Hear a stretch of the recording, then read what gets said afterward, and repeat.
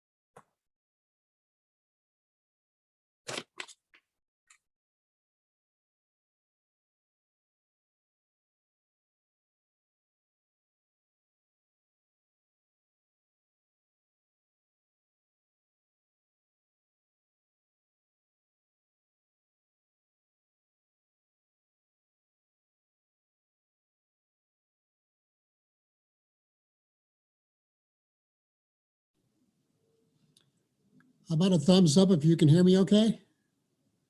All right. Good evening, everyone.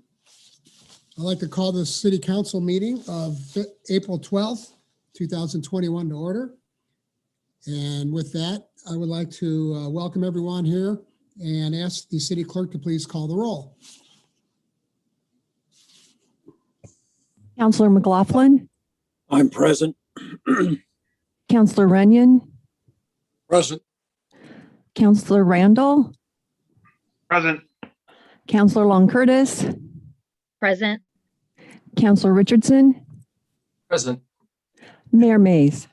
Present. Item 3 is the Pledge of Allegiance. I'd like to call on Councillor Rod Runyon to please lead us in the pledge. I pledge allegiance to the flag Flag of the of the United United States of America America, And to the and republic. to the republic for which it stands, one nation, under God, indivisible, with liberty and justice for all.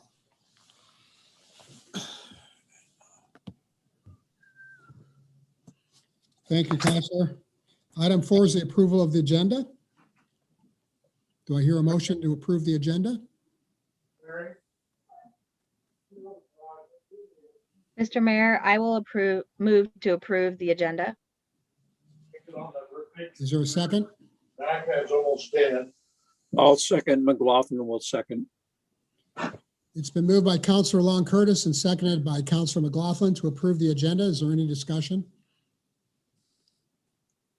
All those in favor of approving the agenda, please say aye or raise your hand. Aye. Okay, motion passes unanimously. Thank you very much. Item 5 is presentations. We have a presentation regarding the Goldendale Energy Storage Project update, and I believe Mr. Eric Steinley, did I pronounce that correctly? Yes, that's correct. Thank you. Okay, you have the floor. Thank you Excellent. for coming. Can you hear me all right? I can hear you just fine. We can all hear you just fine. Thank you. Excellent. All right. I'm going to work on sharing my screen. Bear with me just a minute. While he's doing that, I believe everyone who received a packet should have a Mr. Steinley's, I'm assuming it's his presentation in your packet.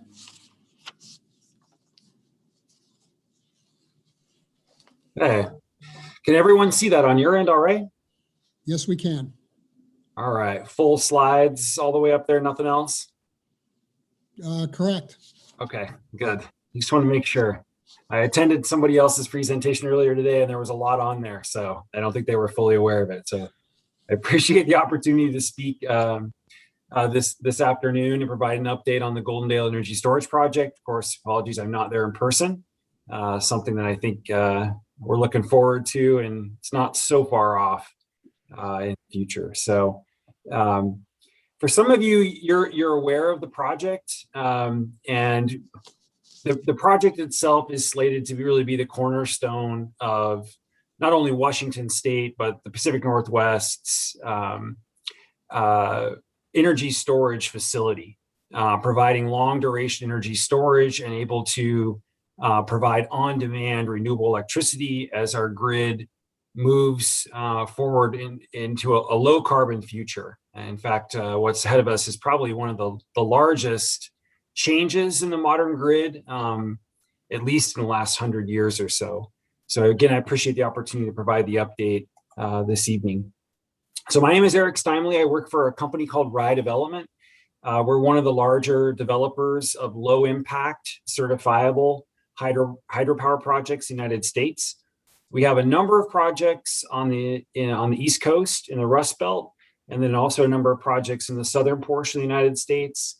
We have 2 projects that we're focused on in the Pacific Northwest that are called closed loop pumped storage hydropower projects. It's a different type of hydropower that I'm going to talk about this evening. And in addition to the Goldendale project here in the Gorge, we have a fully permitted 394 megawatt pump storage facility in Klamath Falls that we're moving forward into final design and construction on. So I'm going to start off tonight and talk just a little bit about the project and what hydro pump storage is and how it really fits into the electricity grid, and why it's so important for this region. And then I'll segue into a conversation about the benefits for Oregon and Washington. And then hopefully there'll be enough time for questions and comments at the end of the presentation.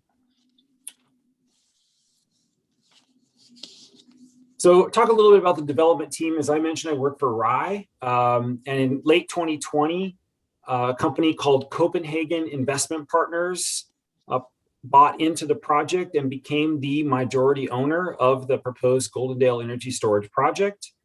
And the Copenhagen Investment Partners are called CIP. They are based in Denmark. They're one of the largest funds in the world, focused almost entirely on the greenfield development of renewable energy projects. And they have a long track record of investing in projects that address climate change, positively benefit local communities, and provide and create family wage jobs.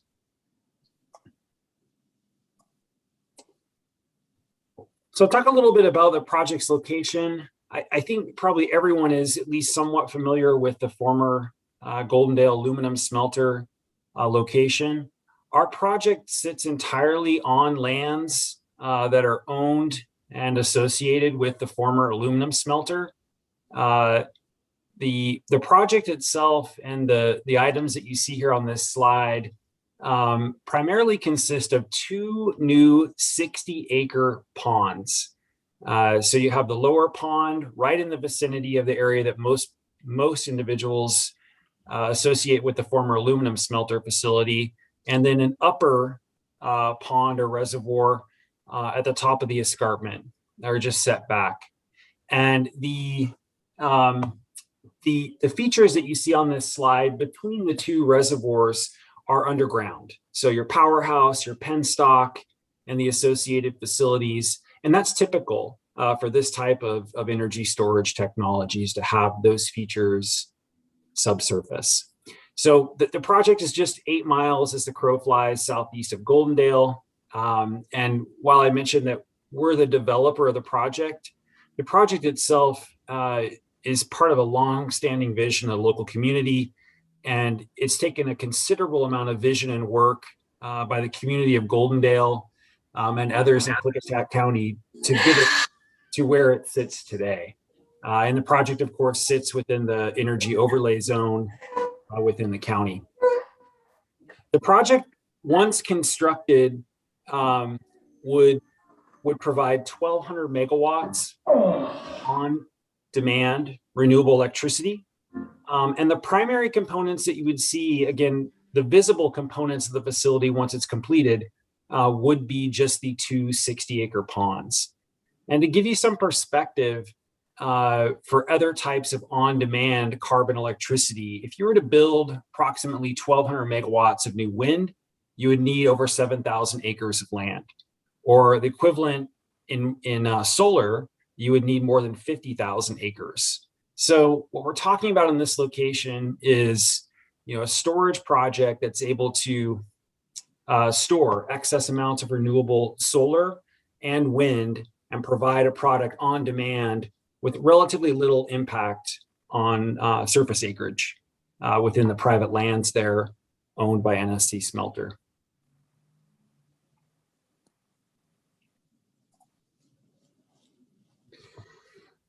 So on this slide, this is just a pretty simple schematic of how pumped storage works. There's a lot of discussion right now about batteries. A lot of that is focused on lithium ion, which is the primary battery in electric vehicles. But I think it's important to point out here that pumped hydro storage currently accounts for 95% of all the energy storage in the United States.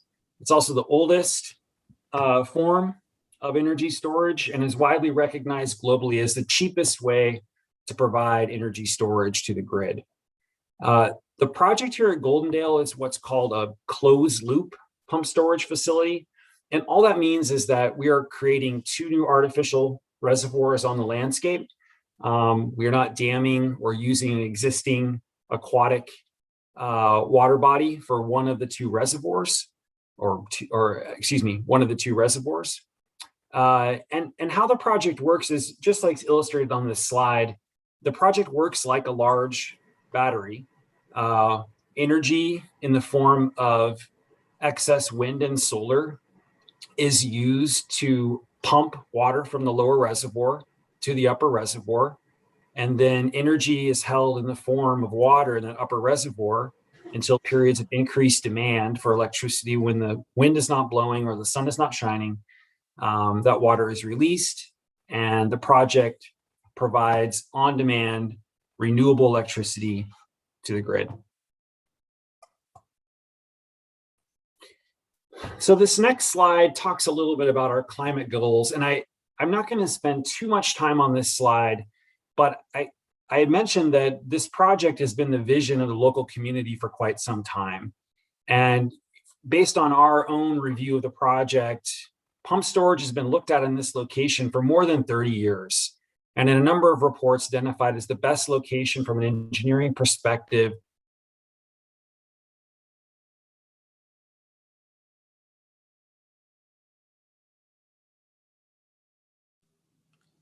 Eric, I think you've frozen up. You still there?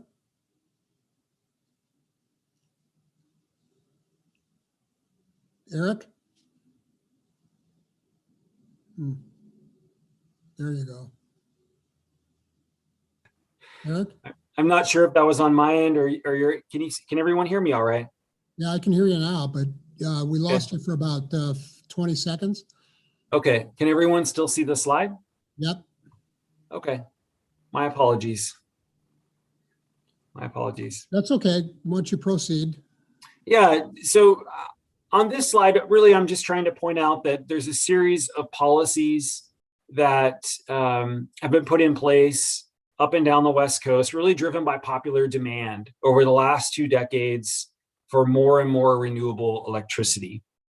And pump storage specifically helps grid managers balance a rapidly changing electricity supply from wind and solar, and to a lesser extent, existing hydro with the demand from our residential and commercial buildings.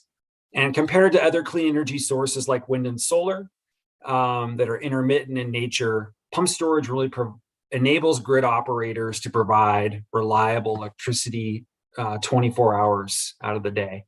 And of course, this project aligns perfectly with the new administration's clean energy and climate focus, as well as the broader goals in the Paris Climate Agreement. Can everyone still hear me all right? Hello? Yes, you're coming through just fine. Okay, excellent. All right. So I'm going to switch gears and talk a little bit about the project itself. Now, and it impacts locally. I know I had mentioned that the main visible components of the project are the 2 ponds, but this is a large infrastructure project. More than $2 billion to construct, based on third-party socioeconomic studies we had done during the early permitting stage. More than 3,000 family wage jobs would be created during construction, and then it's estimated another 60 permanent jobs once the facility is in operation. This is essentially going to be part of our grid in the Pacific Northwest. So once it's created and the jobs that are there, these are not positions that can be moved elsewhere. It's estimated based on some of those same studies that the project will provide $14 million in tax revenue for rural Washington and Oregon communities annually, once in operation. And I just point out on this slide that we have been coordinating with the Mid-Columbia Economic Development District, and it's also highlighted as one of their top priorities in Washington State. So I talked about the acreage itself and the limited impact there on the privately held lands associated with the former aluminum smelter. But I want to talk about a few more items here related to environmental impacts. First, the project is committed to cleaning up $10 million worth of the former aluminum smelter site itself and helping to redevelopment into a clean energy resource. The project itself, we would be using water purchased from Klickitat Public Utility District. They have the water right associated with the former aluminum smelter. And as I mentioned before, the project is closed loop. So the reservoirs are lined and we're essentially moving water back and forth. So the only water use that we have once the project is in operation is that to offset evaporative losses. So the project estimates that we would be needing just less than 400 acre feet of water per year to operate the facility annually. And so if you compare that to the former aluminum smelter itself, that facility there used, as I understand it, around 8,000 acre feet of water or so a year annually. So pretty small amount of water for a new clean energy project in this former location that has not provided jobs to the county in quite some time. And then just finally, the project helps lower our overall investments in new transmission. We are essentially optimizing intermittent sources of renewables from wind and solar into storage, and then using the existing transmission system to move that to utilities that have those capacity needs. Just a couple more slides, and then hopefully we'll have some time for questions and comments. I wanted to put this timeline up there and also provide a link to the project website. First, on the project website, there's a lot of information there, including all the early permitting documents that we have. There's also a way to sign up if you're interested in staying up to date on the project, and I would encourage interested individuals to do so. But we've been working on the project in the early permitting stages now for just about 3 years. In June of 2020, we provided our final license application to the Federal Energy Regulatory Commission based on a couple years of preliminary studies. And at that same time provided a SEPA checklist, or essentially a similar comprehensive document to the state of Washington Department of Ecology, to be specific, to work through their requisite permitting requirements for this particular project. And so where we find ourselves now, we're in the beginning stages of both the state and federal environmental review process for both projects. The current schedules by both the state and the federal government, or in this case, the Federal Energy Regulatory Commission, or FERC, put decisions on the issuances of those permits for construction or operation of the facility in late 2022.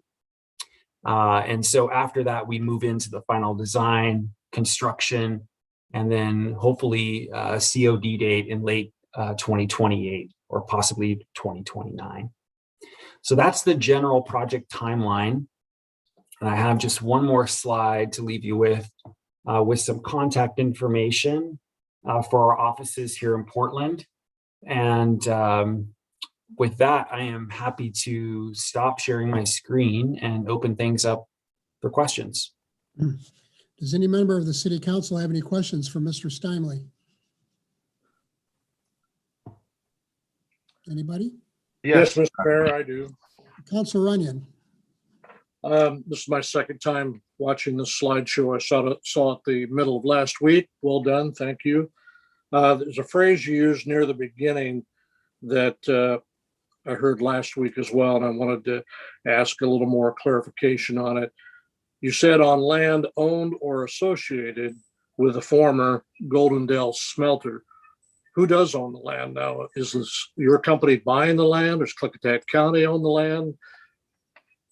No, great question.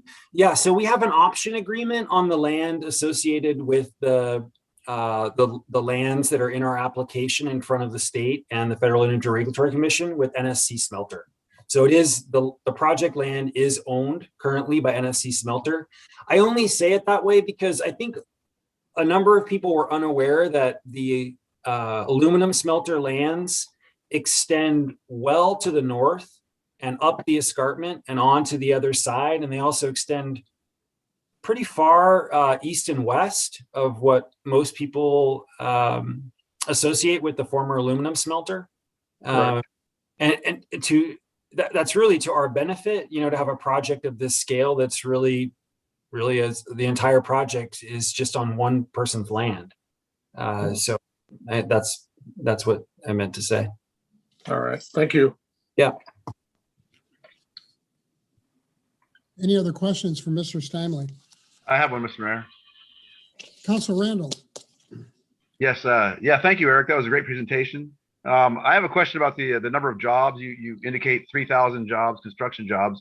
Would that be like all at one time, or like spread out over the 2 years, a total of 3,000? Or can you speak to that a little bit about actually how many at any given time would be working on the project? Yeah, it's spread out over roughly a 4-year construction period, those 3,000 jobs. So they wouldn't be all at once. I don't know that we've done sort of a peak day analysis on this project, but we have on other projects. Typically for a project of this scale, you'd be looking at sort of peak construction employment around 600 or 700 people, which is still a considerable amount of people on site, but we'd also need to look at duration of that too, but it is spread out over the entire construction period. Yeah. Thank you. Any other questions? I got one. I'm not familiar with the eastern boundary of the scenic area. I believe it's out that way. You must be pretty close to it. Where does this project lie in, as it relates to the scenic area? I don't know the exact distance. I would, so my understanding, the scenic boundary is west of Maryhill. Maybe someone else can nod their head there. And we're considerably east of Maryhill. I would say 10 miles, maybe 15 miles east of Maryhill. So is where the aluminum smelter sits itself. So we're a good ways out. Okay, I see several nodding of the heads and thumbs up on your answer. So very good. Have you given this presentation to any other local? Are you still there? Are you still there? Yeah, are you? You froze. I'm sorry. I don't know how long I was talking there. I'll try that again. One of the reasons that we're attracted to the site, of course, one is it's been studied by a number of groups ahead of us, right, for pump storage, because of its location, access to the grid, topographic relief, and a variety of other things.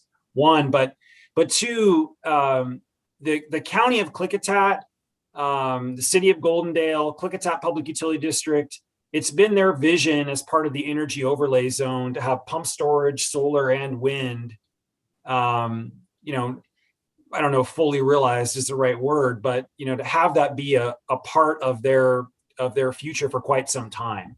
So, this is not a project that we came up with on our own, of course. This is something where we investigated it and saw a real opportunity here in the community. And so the area, specifically in the county, is far enough away, and there's been a considerable amount of work done to support the energy overlay zone well to the east of the scenic boundary, as I understand it. Okay, thank you. Any other questions? Yeah, I have not so much a question, but a little more clarification. And I hope I didn't miss it when you did it tonight, but when I saw the program or saw your presentation last week, you talked about the company itself and their experience in these kinds of projects. And I didn't hear that this time. Maybe I apologize if you did already, but I'd like to hear that again, because it's really important, because there's a number of companies have gone through with this and it's started and stopped, but this seems quite a bit different. Yeah, so there's two companies leading the development.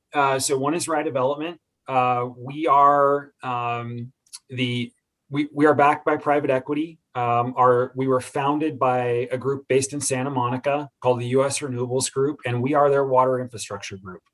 And we are probably, arguably, the most successful water infrastructure hydropower development group, specifically focused on water infrastructure and carbon-free power in the United States. We have a number of large projects and a large backing. And then CIP, who was brought in as the investor to move forward with the project into construction operation. As I mentioned before, they're one of the largest renewable energy infrastructure funds on the globe.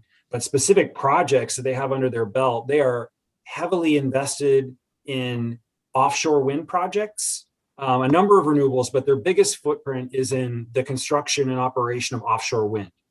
And they are leading the charge on a number of new offshore, specific to North America. Now they have projects globally, right? North America, they're leading the charge on a large offshore wind project just off the coast of Massachusetts. And they're focused on another project out west as well off the coast of California.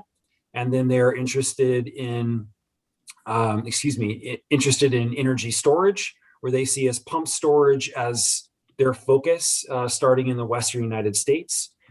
So the Goldendale project is the least furthest along of 3 projects that they've made investments in here in the Western United States. So their first acquisition is a project in Montana that ties into the coal strip line called the Gordon Butte Pump Storage Project, fully permitted. And then the second, the Swan Lake project in Southern Oregon, which was another rye development project that they acquired. It's fully permitted. We are in the late stages of design there. We have geotech crews out there today, helicopter accessing, setting up drilling rigs, everything else. So, and then Goldendale is slated to be the third project that they're moving forward with. So looking for a big portfolio in energy storage across the Western United States. I don't know. I think I did mention that in the last presentation you were on. I think that's a good reminder, but I don't know if there was something else I'm missing from that you'd like to hear.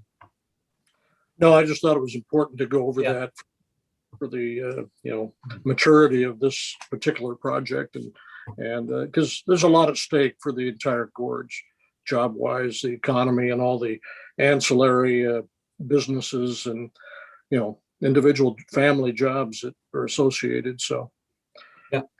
Good to hear that. Thank you. Any other questions? Okay, Mr. Stanley, thank you very much for coming. I'm sure I speak for the rest of the council when I invite you to come back and give us an update and as the project progresses. Thank you very much for your time. Okay, you're Much welcome. appreciated. Thank you. Okay, item 6 on the agenda is audience participation. During this portion of the meeting, anyone may speak on any subject which does not later appear on the agenda. 5 minutes per person will be allowed. If a response by the city is requested, the speaker will be referred to the city manager for further action. The issue may appear on a future agenda for city council consideration. So is there anyone that would wish to address the council for up to 5 minutes? Anybody? Raise your hand or please speak up. Okay, last call. Hearing nothing, we'll move on. Item 7, City Manager's Report. Ms. Kruger. Good evening, Mayor Mays. I do not have a report for you this evening. Thank you. City Attorney Report, Mr. Kara. Thank you, Mayor Mays. Since our last meeting, I've had meetings with the Federal Railroad Administration and Union Pacific to ensure the compliance with the regulatory process, allowing for the city's renewal of our quiet zone at certain crossings in town. I've also worked with the airport manager at coordinating the terms of a proposed lease between the airport and the Columbia Gorge Community College for a training hangar to maximize the chances available to the airport and securing some federal EDA funding for the development. I met with Community Development Department staff to commence updates to our Ludo, and I hope to have an update on that process for you at our next meeting. And finally, I'll be attending the Oregon City Attorneys Association's virtual continuing legal education event. It's a big mouthful. It's on May 14th. And the topics for discussion are very important, I think, to this city and to all cities in the state. And they will be, number one, enforcing camping ordinances in light of the Boise and Grants Pass federal cases that we've talked about before, as well as the pending state legislature House Bill 3115. Number two would be the legal implications of telecommuting and remote work, which is a very dynamic area of law based on COVID at least. Number three would be the best practices for public contracting, which is always changing, specifically with respect to some of the insurance requirements cities should be requiring. And number four would be some of the non-obvious legal challenges associated with preparing for and responding to emergencies. And so again, that's on May 14th. So I hope to have a report on that meeting for the second meeting in May. And that is my report for this evening. Thank you. Thank you. Item 9 is City Council reports. Let's start with Councilor Long Curtis.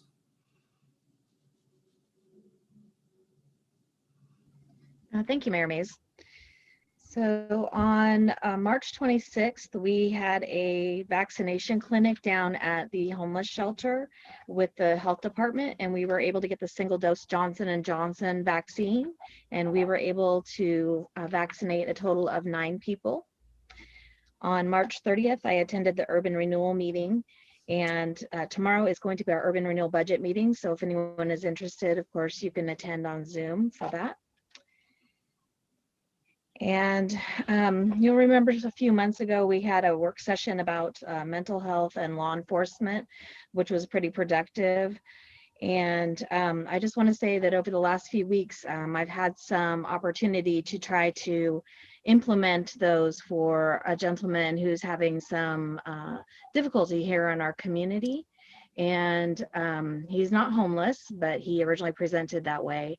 And I just have to say that this still needs to be a priority for our city council. And I think some new information is going to come to light that we should probably have another work session or talk about as a group, just about the challenges that we've had doing some things that seem obvious and getting this person help, and things that need to happen for the benefit of our other community members who are having to deal with the repercussions of us not being able to get that gentleman help.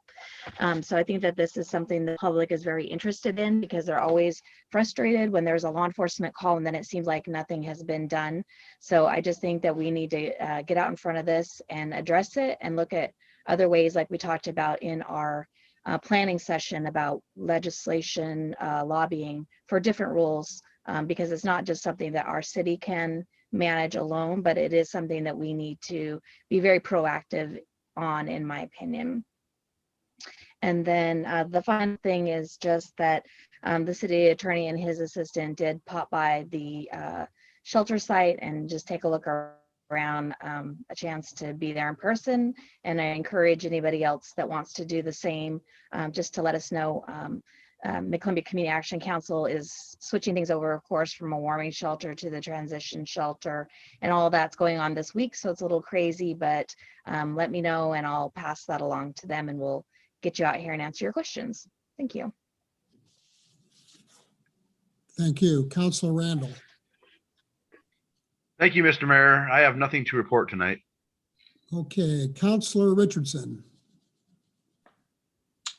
Thank you, Mayor. On the 30th, I attended an Urban Renewal Board meeting. Subsequent to that, I had a couple of conversations, well, with yourself, but also with some of the staff and others about the idea of a Federal Street Plaza and where that might fit into our development plans. I've had a few other conversations on with partners in the last couple of weeks about housing and some various issues. On Saturday, I attended a community cleanup organized by the Beautification Committee and partners at Thompson Park. That's my report for today. Thank you. Councilor McLaughlin.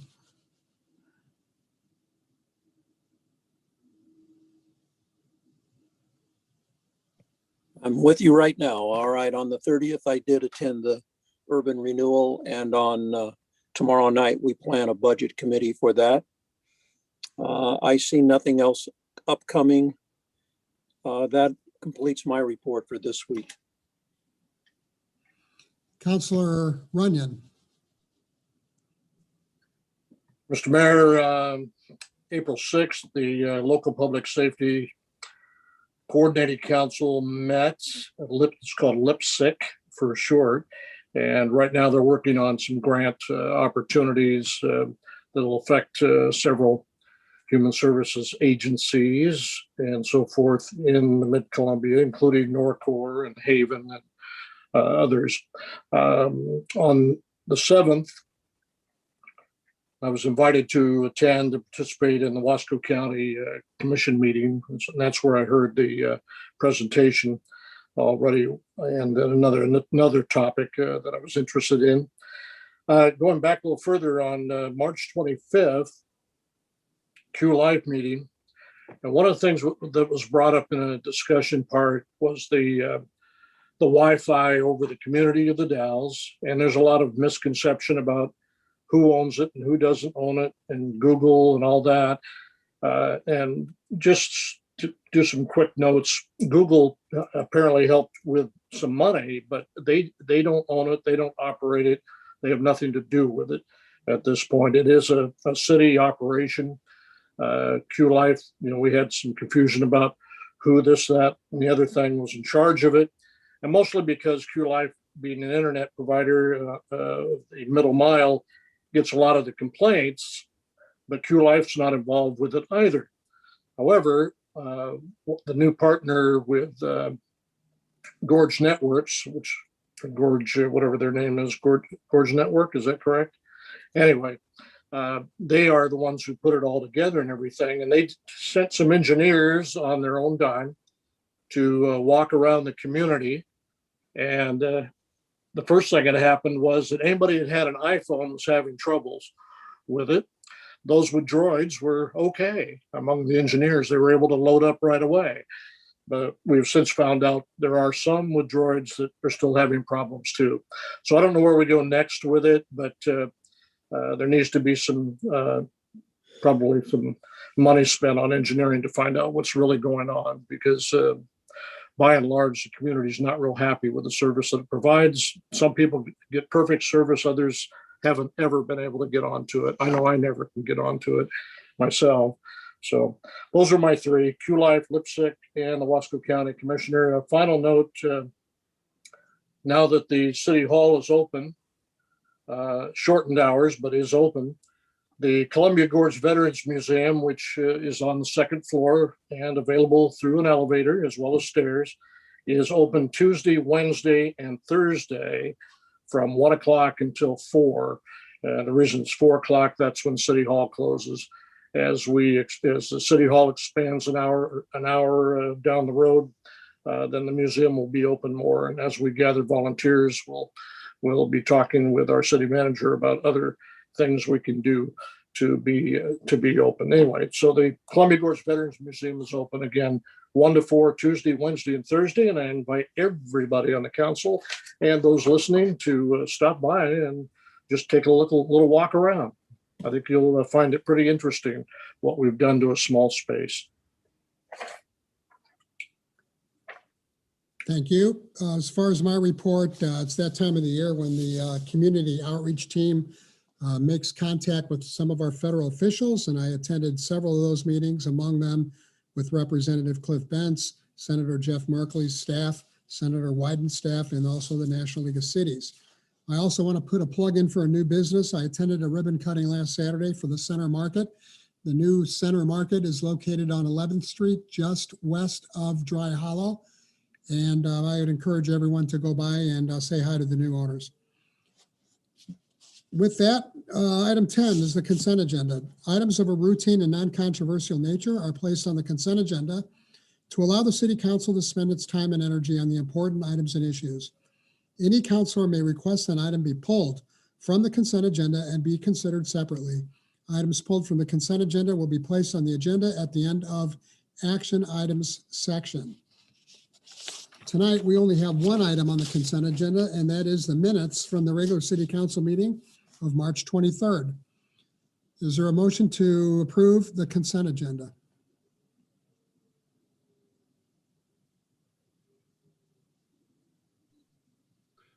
Mr. Mayor, this is Council Randall. I move we approve the consent agenda. Mr. Mayor, I will second that. It's been moved by Councilor Randall and seconded by Councilor Richardson to approve the consent agenda. Is there any discussion? All those in favor of the motion, please say aye. Or raise your hand. Aye. Aye. Motion passes unanimously. Thank you very much. Item 11A, authorization to award a contract to the Timber Management Dog River Pipeline Replacement. And I assume that would be Mr. Dave Anderson will be giving a presentation. Is that correct? That is correct. Thank you, Honorable Mayor, members of council. Bear with me, I lost my report here just momentarily. One of the elements for the Dog River Pipeline Replacement Project that we're scheduled to complete yet this calendar year is removal of the timber along the pipeline corridor so that the corridor will be cleared and ready for construction next calendar year. To facilitate completion of this project, staff proposes to hire a timber management consultant like we have for other timber activities within the watershed.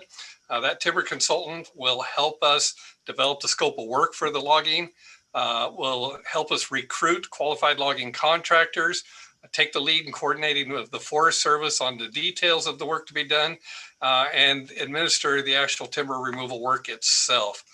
Historically, we've awarded these contracts on a sole source basis as allowed in the city's contract review board rules.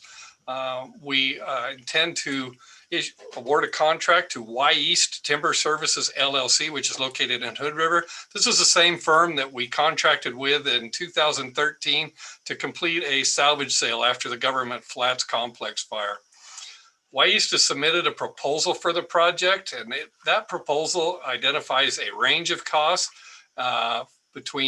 anticipated range between $68,000 and $75,000 with a not to exceed cost of $82,000.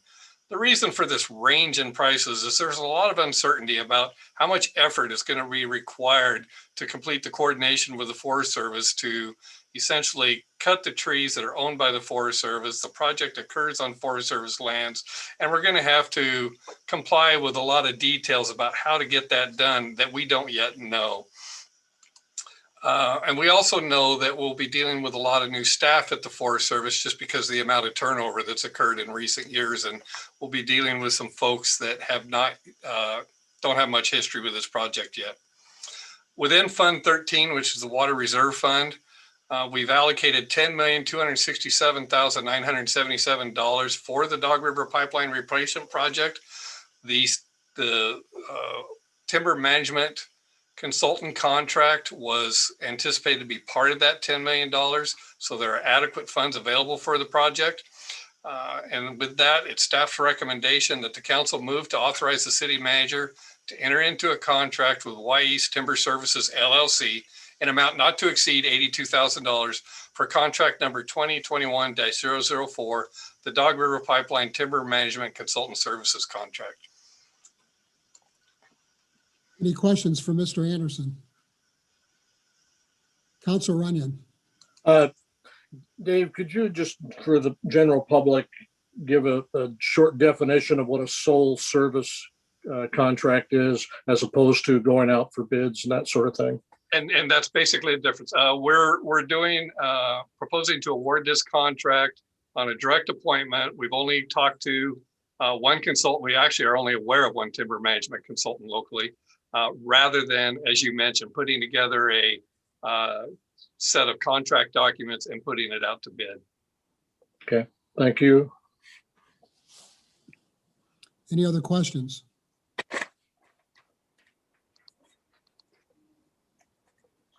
I assume that if you answered this, I apologize, but any revenues off of the timber would go to the Forest Service.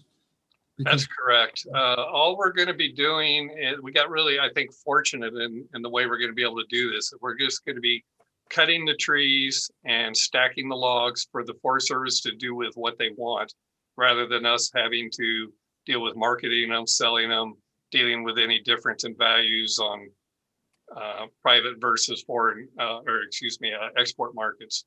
So we're cutting them and stacking them in piles for the Forest Service. Thank you. Any other questions? How about a motion? Mayor Mays, may I make a motion to move to authorize the city manager to enter into contract with Y East Timber Services LLC, an amount not to exceed $82,000 for contract number 2021-004, the Dog River Pipeline Timber Management Consultant Services contract. Mr. Mayor, this is Rod Runyon, Counselor, and I'll second the motion. It's been moved by Counselor McLaughlin and seconded by Counselor Runyon to approve the aforementioned contract with timber management, for timber management. Any other questions or comments? Okay, all those in favor of the motion, please say aye or raise your hand. Aye. Aye. 'Aye. 4, 5. Thank you all very much. The motion passes. Thank you.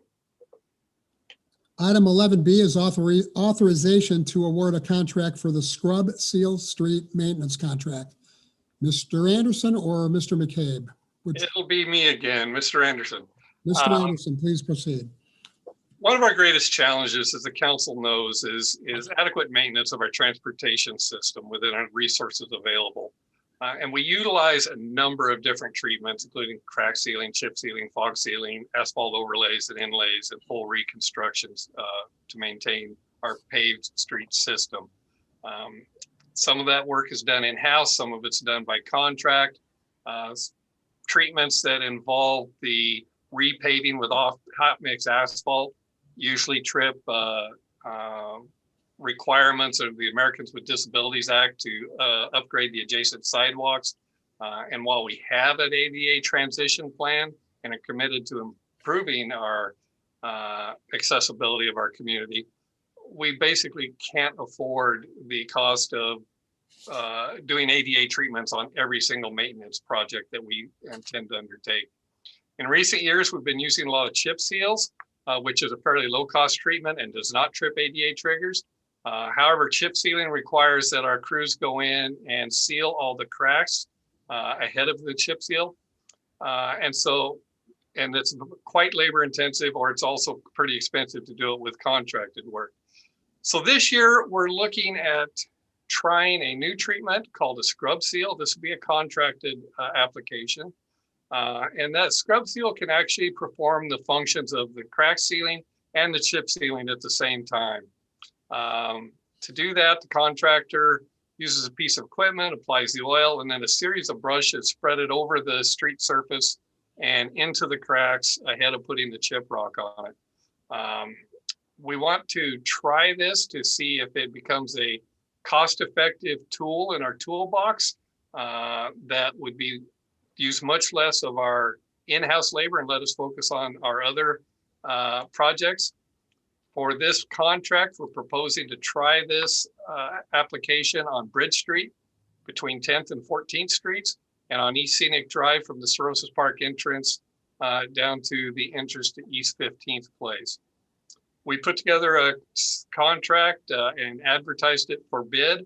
Our low bid came in from Sierra Santa Fe in the amount of $71,720. Within our current budget, we actually have $600,000 for chip seal and street maintenance projects. To date, we had committed about 205 of that 600,000.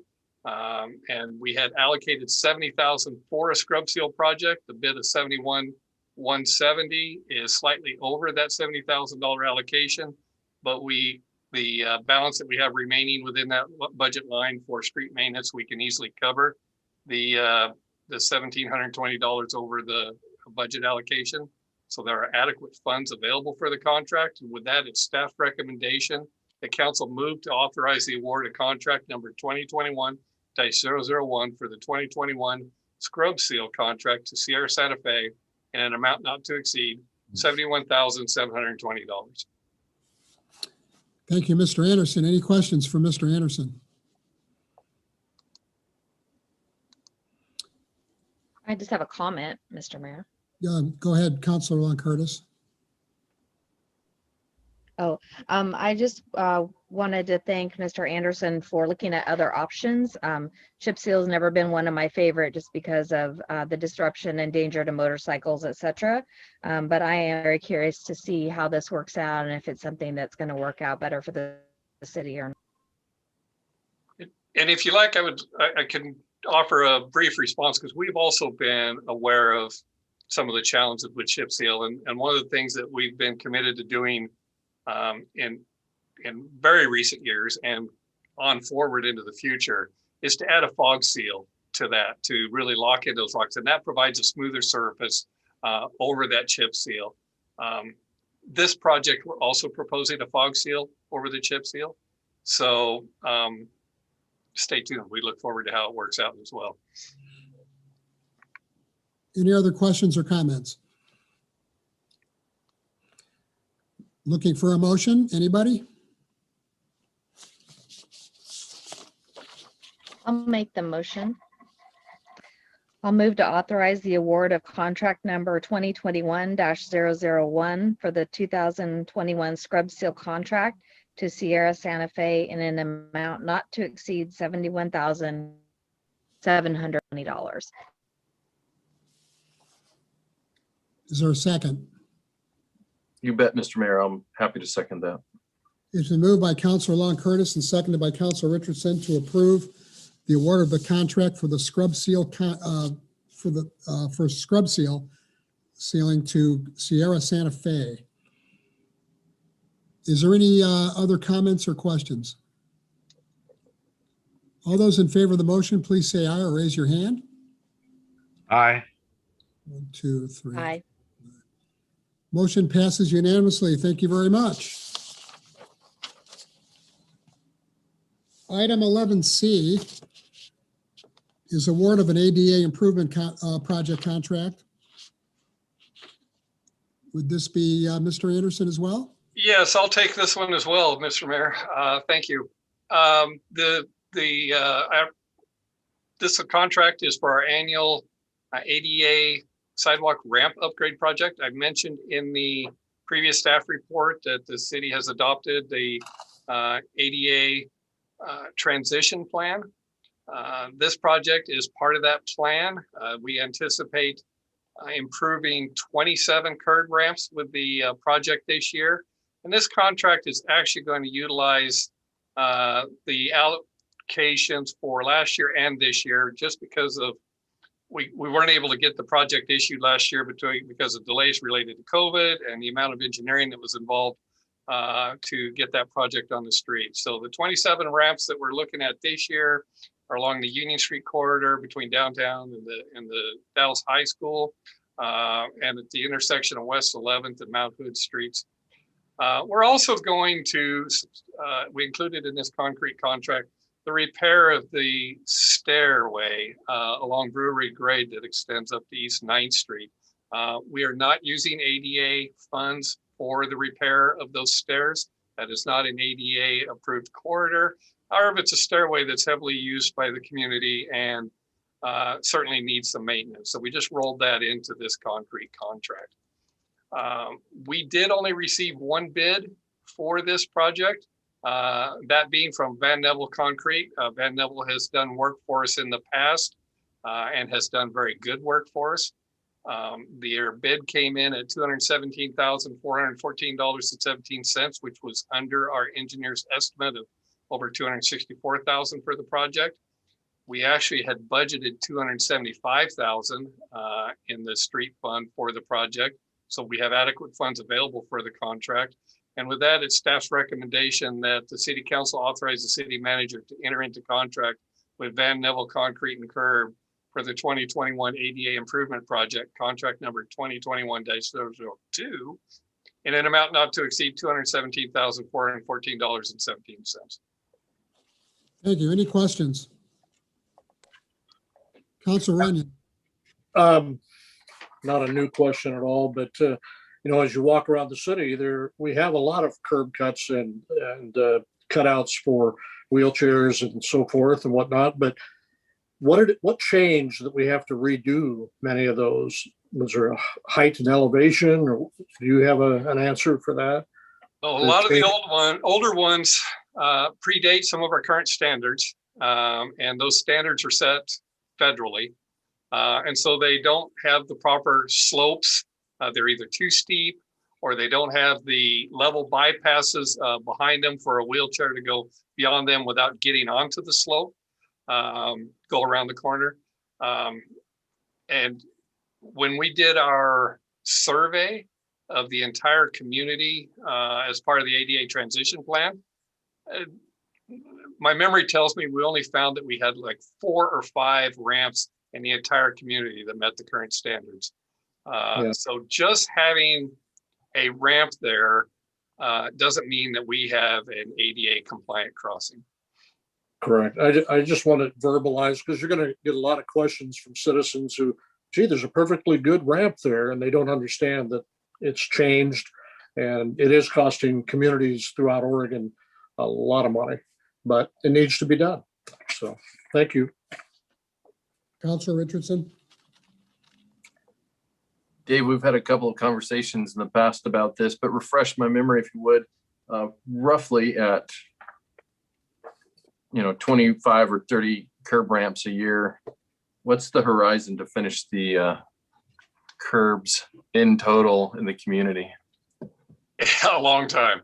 Yeah. When we adopted the ADA transition plan, we anticipated donating or contributing to $125,000 a year to the project, but we also thought that it was going to cost us about $2,500 per ramp. That cost has been closer to $10,000 per ramp to get those done. In the ADA transition plan, it said it was going to take us about 60 years to get through the entire community at that level of funding. Goodness. Yeah, so and that number has only gotten longer at the current level of funding we're throwing at it because the costs are higher than we anticipated. Yeah.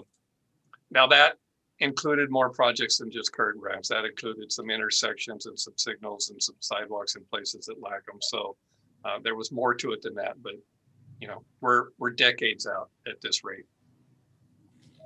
Something to think about if we run out of other issues to discuss. Any other questions? Dave, the brewery grade staircase is that part of the 217,000, right? It is part of the 217, yes. Okay, do we know how, sorry I didn't get to you before. Do we know how much of that 217 is the? Geez, I did. It's about $4,000 of it. Well, that's all? $4,700, something like that. Okay. So if you divide that remainder by 27, it's probably close to about $7,500 to $8,000. Yeah, it was eight plus when I ran that this year. Yeah. Okay, that seems interesting. Okay, any other questions or comments? I'm looking for a motion.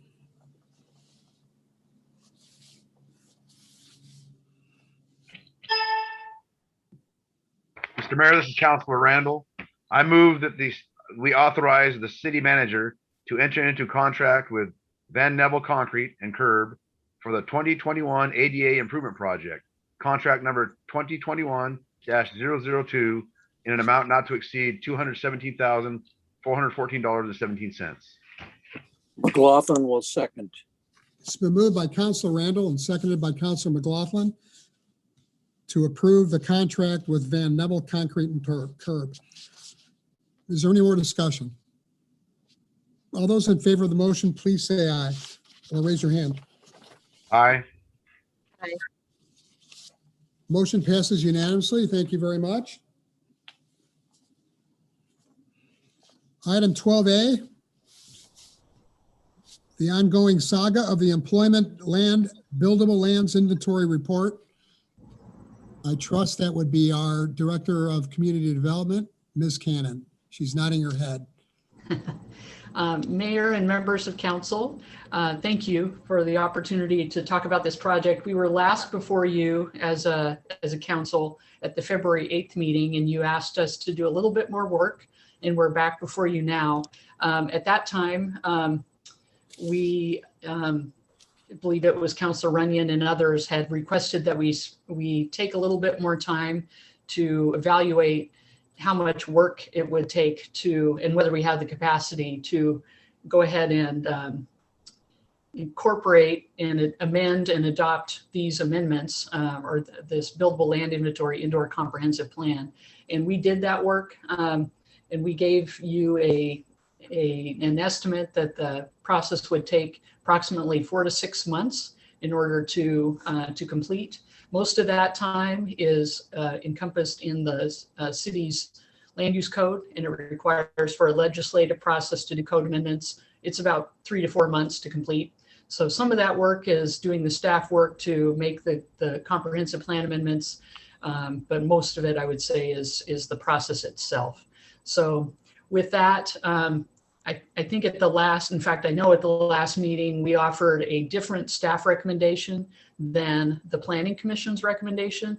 Since that time, and after doing this good work of evaluating whether we have the staff capacity to pull this off and to adopt this buildable land inventory into our comprehensive plan, it is our recommendation. We're matching up our recommendation with that of the Planning Commission, and that is we move to adopt the employment opportunities analysis, employment buildable lands inventory, and amend the comprehensive plan for completion in summer 2021. And so we would like you to give us direction with that motion to go ahead and move forward with that process.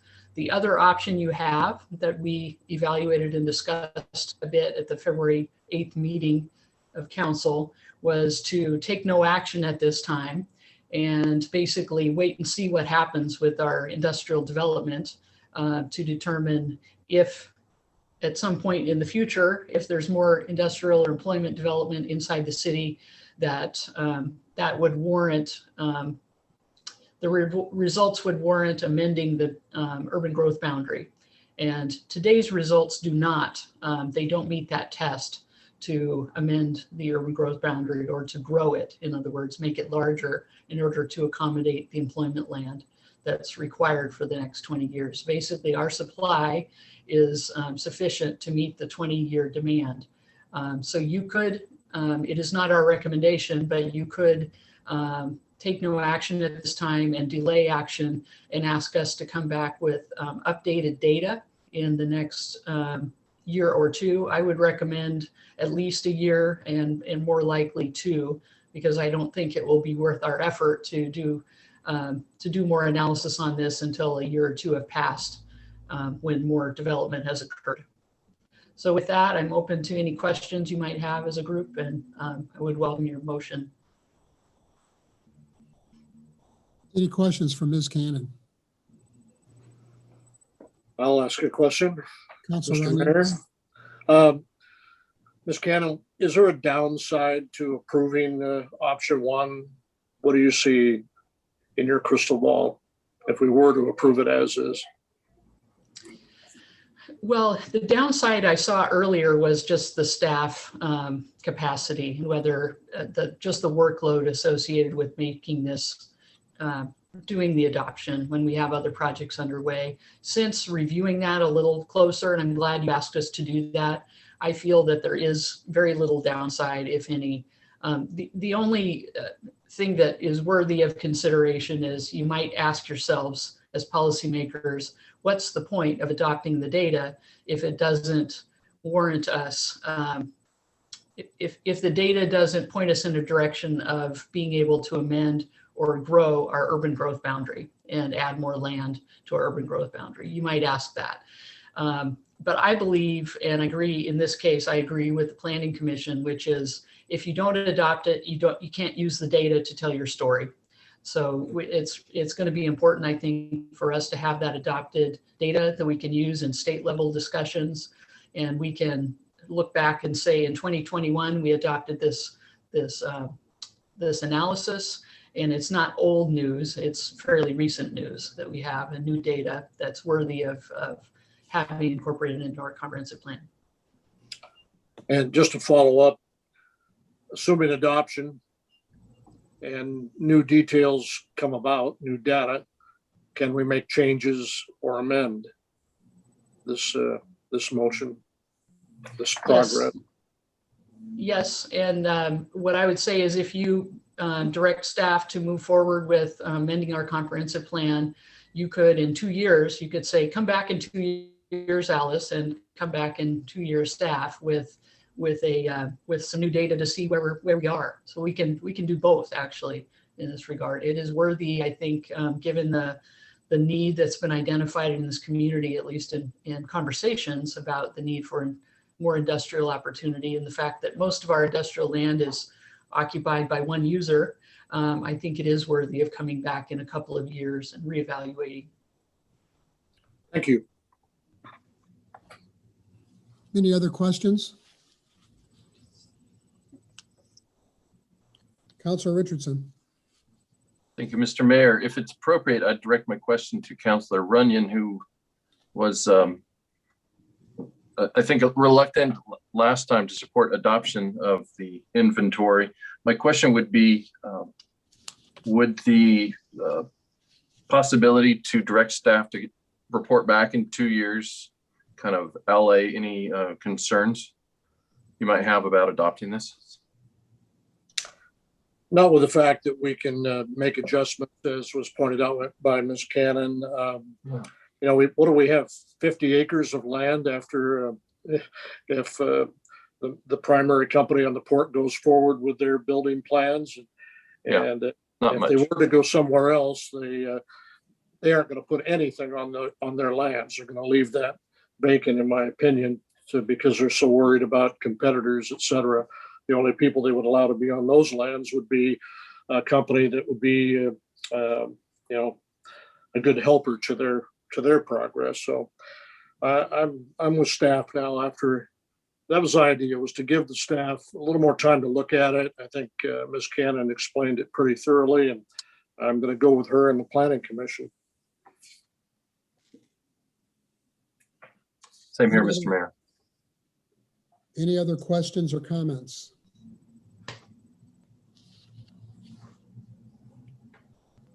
So if, Ms. Cannon, if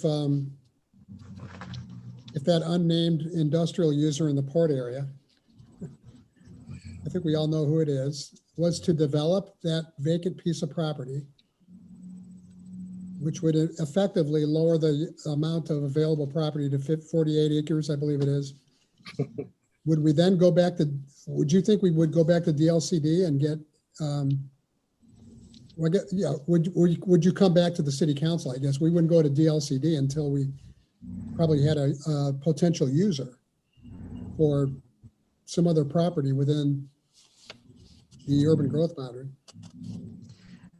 I think if a significant chunk of that available land is developed by any user, it's worthy of coming back and updating our data and asking the question of DLCD, but reporting to you first, letting you know what the results are, and then asking advice of our state agency to see at what point would it trigger the ability to move our boundary to provide more opportunity, employment land opportunities in the Dalles. Okay, thank you. Councilor Long Curtis.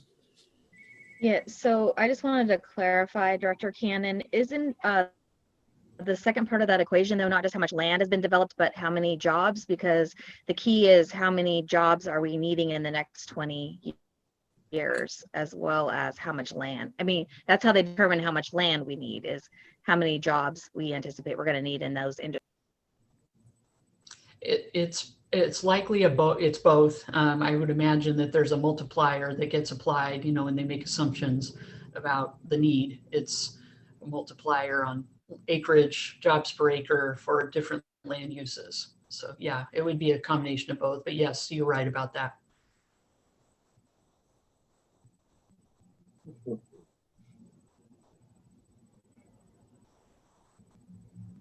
Mr. Mayor, can I make a motion? Yes, please proceed. Councilor Long Curtis. I move to adopt the employment opportunities analysis, employment buildable lands inventory, and amend the comprehensive plan for completion in summer 20.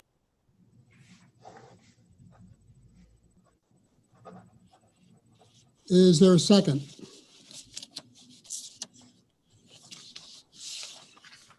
Councilor Randall, I second the motion. It's been moved by Councilor Long Curtis and seconded by Councilor Randall. to authorize the provision, or excuse me, to approve the recommendation. I believe it's number 1. Correct?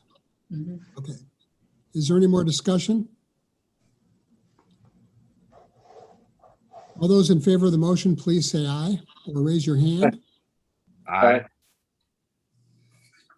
Motion passes unanimously. Thank you very much, Ms. Cannon.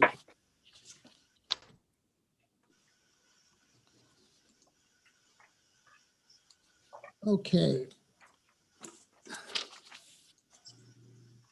Item 13 or 12B, authorization to provide water and sanitary sewer services to a property that's outside the city limits. Would this be Mr. Anderson? It would. Thank you, Honorable Mayor, members of council. The city's received a request from the owners of tax lot 1 North 13 East 11 AA 1501 to connect to the city water and sanitary sewer systems. The reason I'm referring to this by tax lot is that the city is currently undeveloped and does not have an address associated with it yet, but it's located outside the city limits and within the urban growth area along East 7th Street right away between Morton and Richmond Street. Property is immediately adjacent to the city limits and bounded by the city on 2 sides. This request is to support the construction of a new single-family residence on the property. A city water main currently exists in East 17th Street near the property and can be extended at the property owner's expense to serve the property. But a new sanitary sewer main needs to be extended through a neighboring property to be able to serve the property with gravity service. And that main could also serve other adjacent properties as they develop in the future. That neighboring property owner has agreed to grant easements for the construction of the new sanitary sewer main because it'll also benefit their property as they develop it in the future. Staff proposes that the city construct the new sewer main and then work with the council to form a reimbursement district to recover its costs as properties connect in the future. And the Public Works Department has the resources and the expertise to construct this main. The provision of water and sanitary sewer outside city limits requires city council authorization. It's been our practice to require consents to annex as a condition of providing water or sanitary sewers properties located outside city limits and inside the urban growth area. And both the properties involved with this proposed project have completed consents to annex. The budget implications, there wouldn't be any cost to the city to extend the water main, but if approved, the city council would the city will expend an estimated $60,659 in city labor, materials, and equipment to construct the sanitary sewer main, and then recover some of those costs over time as other properties develop in the future. Property owners making a request will pay a $2,317 water SDC, a $1,789 sewer SDC, and their share of the cost to construct the sewer main. And then once the lot is occupied, they'll be paying for monthly utility service at out-of-city rates, which are 1.5 times in-city rates for water and 1.7 times in-city rates for sewer, until such times as those properties may be annexed. With that, the staff recommendation that the city council move to authorize the provision of city water and sanitary sewer services to the property identified as tax lot 1 North, 13 East, 11 AA 1501. Thank you. Thank you. Any questions for Mr. Anderson?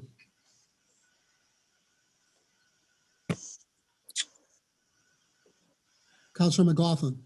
Honorable Mayor, I'll make a motion to move to authorize the provision of city water and sanitary sewer services to the property identified as tax lot 1 North, 13 East, 11 AA 1501. Okay, it's been moved by Councilor McLaughlin. Before we get to a second, is there any other questions or comments?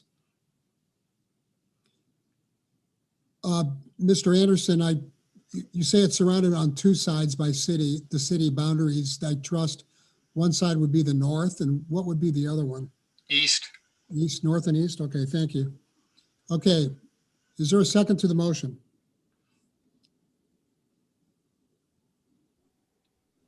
I'll second the motion. It's been moved by Councilor McLaughlin and seconded by Councilor Long Curtis. to authorize the provision of city water and sewer service to a property that is outside the city boundary. Is there any more discussion? All those in favor of the motion, please say aye or raise your hand. Aye. Aye. Okay. The motion passes unanimously. Thank you, Mr. Anderson.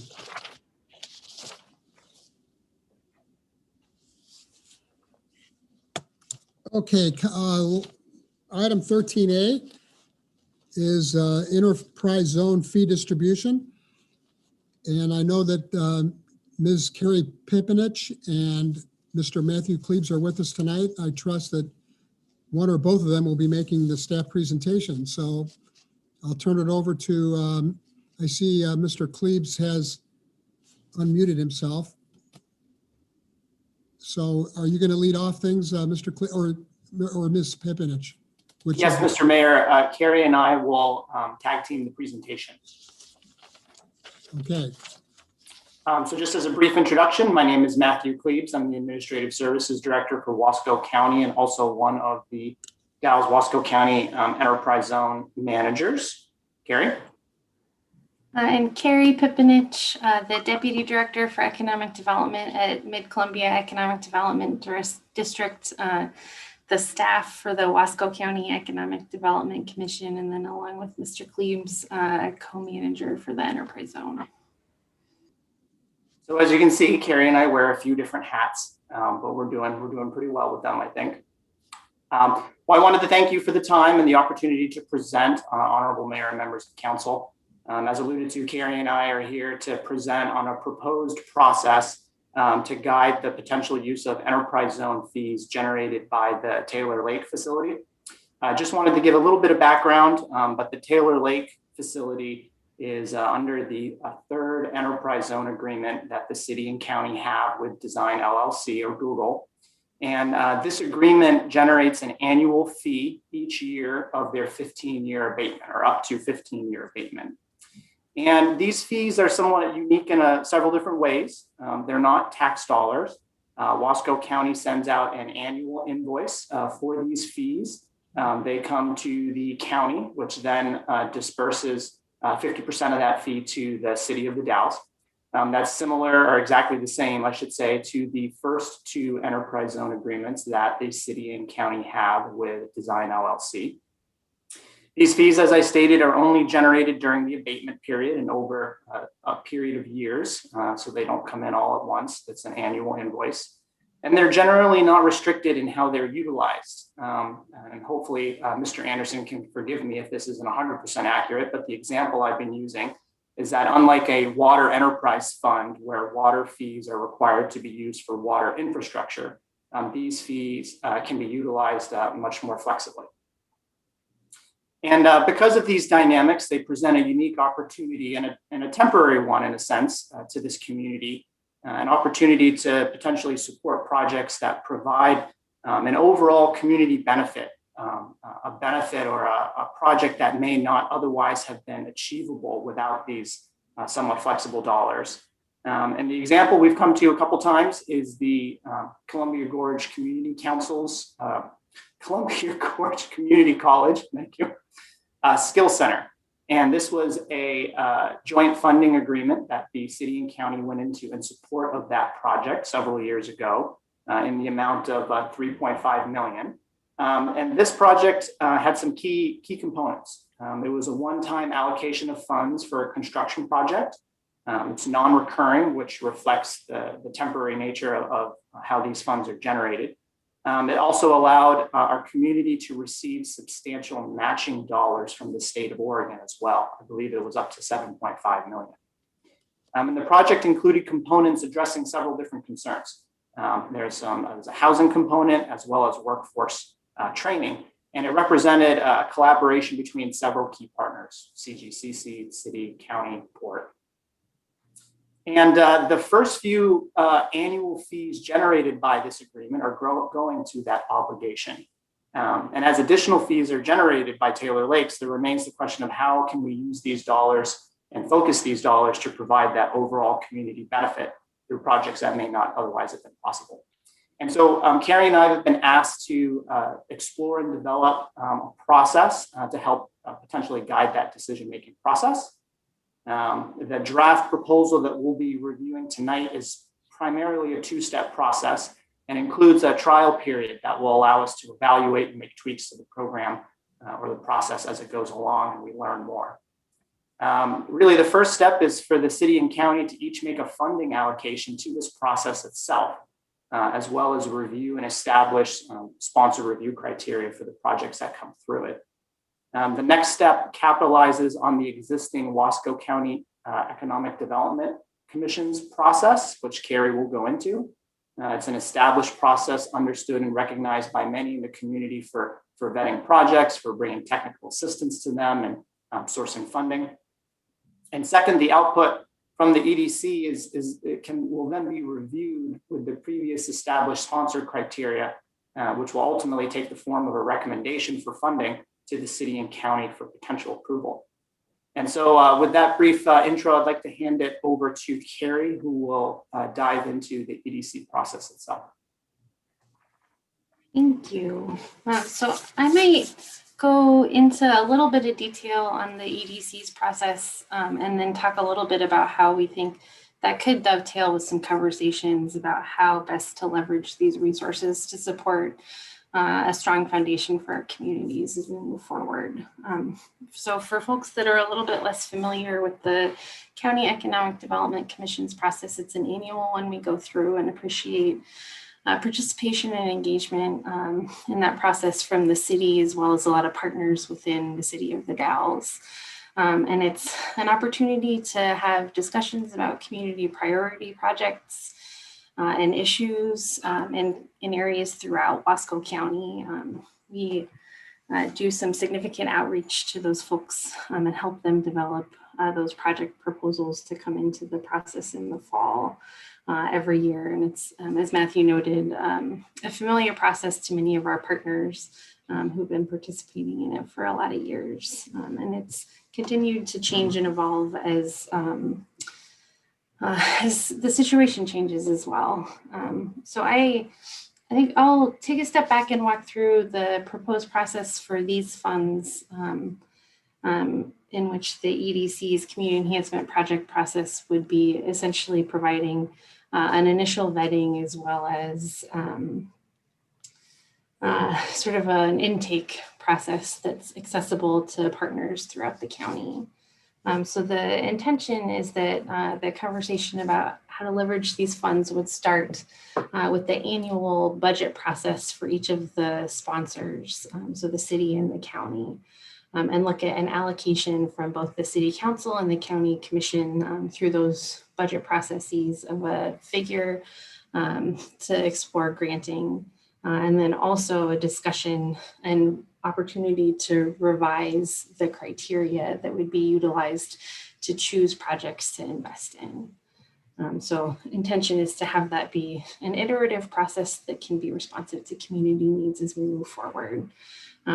Once those pieces are established through the budget process by each of the two sponsoring entities, the EDC would move through its regular community enhancement project process, which as I noted, it includes soliciting projects from community organizations and partners, and then working through developing a prioritized ranking that the EDC recommends for the county at its December meeting. That list is taken to the county commission for their approval. And then after that process is finalized, the EDC and sponsor staff would look at applying the prioritization criteria that the city and county have approved for this process to essentially that universe of projects that we've gathered, the EDC's ranking and vetting being a piece of that potentially, but there is opportunity for those to differentiate depending on the needs of the sponsoring entities. Working with staff, we'd help to develop that recommendation in the new year, January, February, March, and then bring that back as a final recommendation from EDC and sponsor staff to the City Council and the County Commission for consideration of grant awards. and then start the process over again for the next year and have an opportunity to learn from the last years and make any shifts as appropriate. The potential criteria we've outlined in the memo you have in front of you focus on a couple of things. First is looking at really thinking about how we can structure the process to, as Matthew noted, think about, so there are these long-term community benefit projects that are addressing key priority community needs, thinking about the long-term opportunities for our communities. So thinking about these as potential criteria for discussion, looking at EDC ranking as one piece, noting that that is a lot of that looks at sort of project readiness, whether or not there's a good community support behind the project, and if they kind of have their ducks in a row to move forward and really implement. Looking at critical infrastructure in our communities, thinking about long-term community and economic development foundations that also have potential to really support long-term robust property values for our communities. And I think I would note too that we're thinking about that really pretty broadly defined. Obviously there's the hard infrastructure that you all have been talking about tonight and is, I know, a priority for a lot of our communities, but also thinking about the skill center is a good example of some of those other pieces that are really critical infrastructure for our community and economic development related to workforce training, having housing for our workforce so that they can continue to live here, thinking about some of those other pieces that are really critical for strong communities. The next one is looking at economic opportunity. Thinking about increasing access to economic opportunities for some of our underserved communities, as well as addressing sort of significant economic development barriers through really collaborative approaches, knowing that this is an effort that we all enter into together. And then the final one we have noted is looking at really leveraging outside resources, thinking about this is an opportunity to match investments from the state or the feds or potentially foundation opportunities as well. And really thinking about how we can to fill gaps where other resources are not as apparent, but that there's a key community need to move a project forward. Matthew, is there anything else we want to highlight on the process? No, when you're ready, counselors, we prepared a draft flowchart process that we'd like to share as well. I think it demonstrates what we're talking about a little bit more clearly than the memo. So Carrie, when you're done, just let me know and I can bring that up. No, I think that's the bulk of what we had to discuss on the process. Okay. So let me bring up the flow chart and I'll just walk through it. Fizetta has given me the power, which I think she has. Can everybody see that? Yes. Okay, you see draft flow chart of process at the top. Okay, perfect. So this is just a somewhat wordy but hopefully simple flow chart that kind of demonstrates the process we were just talking about, starting on the left and working towards your right. Really there is that first input or decision point for the city and county to decide a funding allocation that would go towards this overall process. That's kind of that first control point. And then moving into the Wasco County EDC process, and as we've stated a couple times, that's a familiar, established process that has good support, good representation, letting that process continue, letting that process play out annually, and actually, I think in our opinion, strengthening that process and using that to really get us a good starting point for an additional city and county consideration. And so again, that output coming out of the EDC tail end of December, coming January, February to the city and county, reviewing that additional sponsor criteria to develop that funding recommendation that would then go again to the city and county for final decision, which would be an additional decision point or control point for the city and county to use and direct in these funds. And then ultimately, awarding the agreement again, April and June, and at the same time reviewing the funding allocation for next year, the subsequent year, as well as the criteria. Did the criteria we used from the last year, did it hit the mark? Did it work? Did we miss something? What can we add or tweak? And then, as you see at the bottom, kind of going all the way back to the beginning with that black arrow to go through the process again. And so in Carrie and I's memo, this item is on the agenda this evening as a discussion. So wanted to kind of present this and answer any questions or solicit feedback on this process.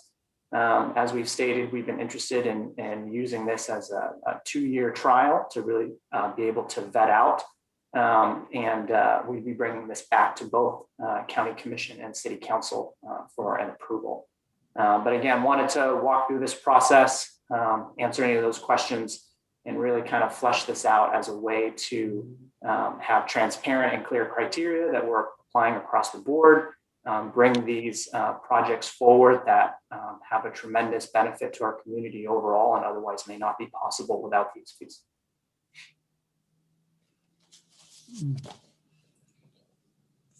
Thank you. Does that conclude the staff presentation? Yes. Okay. I just want to clarify before we get into the council's questions. Well, first of all, I think you and Carrie did a great job with this, coming up with this process. I know it's been a lot of hard work and you're to be commended. The thing I want to clarify is the commitments to the college take us through fiscal year 23. Is that correct? So to my understanding, with the upcoming December payment at the end of this year, the county and the city, and Angie, correct me if I'm wrong, should have the resources to fulfill that obligation. Okay, could you repeat So that? starting January 1st, 2022, I'm sorry. 2022.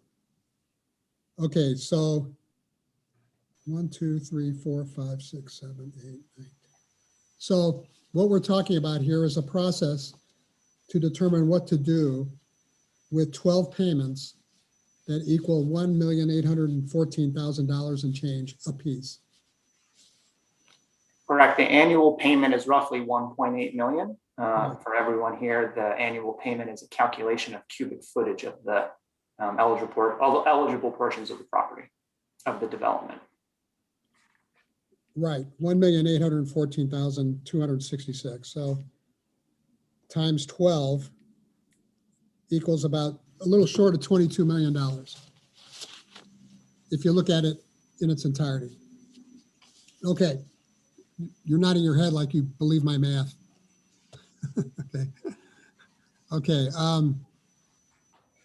With that, I'd like to, Councilor Richardson, there's been some discussion and some phone calls, at least to me. So I'd like to start things off with Councilor Richardson. Go ahead. Matthew, could you take down the flow chart now? Of course, my apologies. Thank you.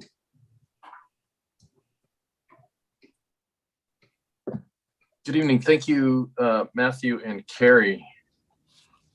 Thank you for the presentation. Also, thank you for starting this conversation and bringing this idea forward, because I think we're in agreement that this is really an important one for our community.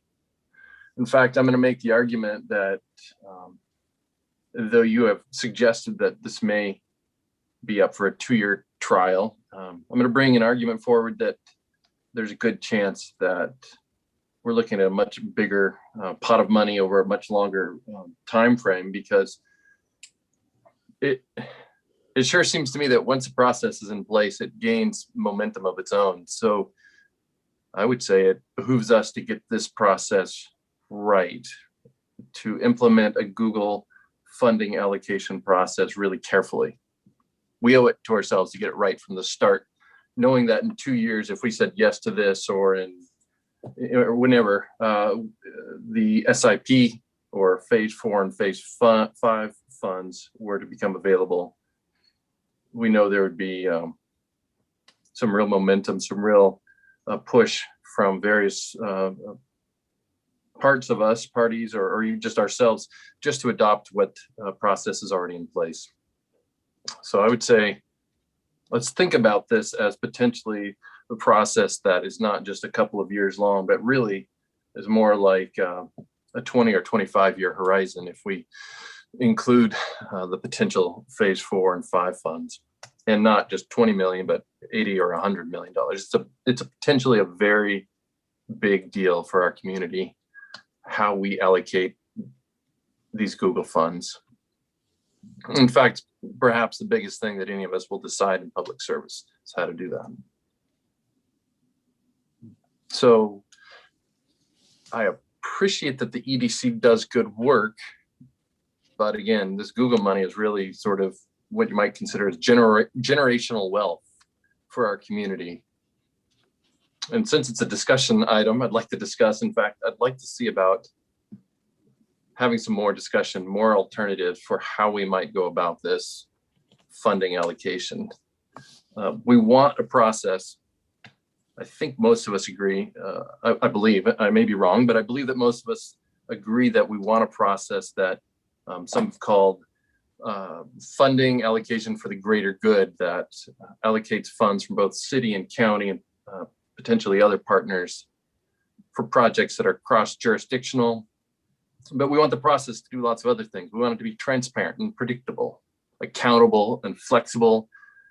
And ideally, we, the city, would work together with the county pretty closely on this. So yes, I agree with that. That said, I feel it behooves us to sort of kick the tires on this thing. I'd like, Mr. Mayor, for us to direct city staff to sort of dig into this question a bit and come back with a recommendation or two for whether they think, for Julie and her staff, whether they think this is the best fit for how the city should allocate its portion of funds. I would note that under the EDC, the Economic Development Commission, it's a county body, it's a county commission. There are 11 seats, and the county Board of Commissioners appoint 10 of those, and the city has 1 reserved.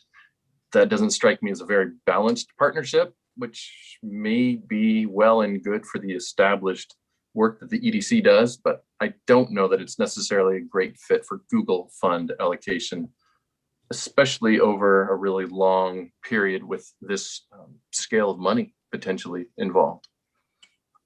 So again, I'd like to direct city staff to dig into this and just to do some thinking about how to come up with a process.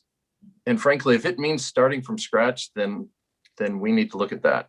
If it means adopting or making some recommendations to our partners about how to adopt an existing process, so be it.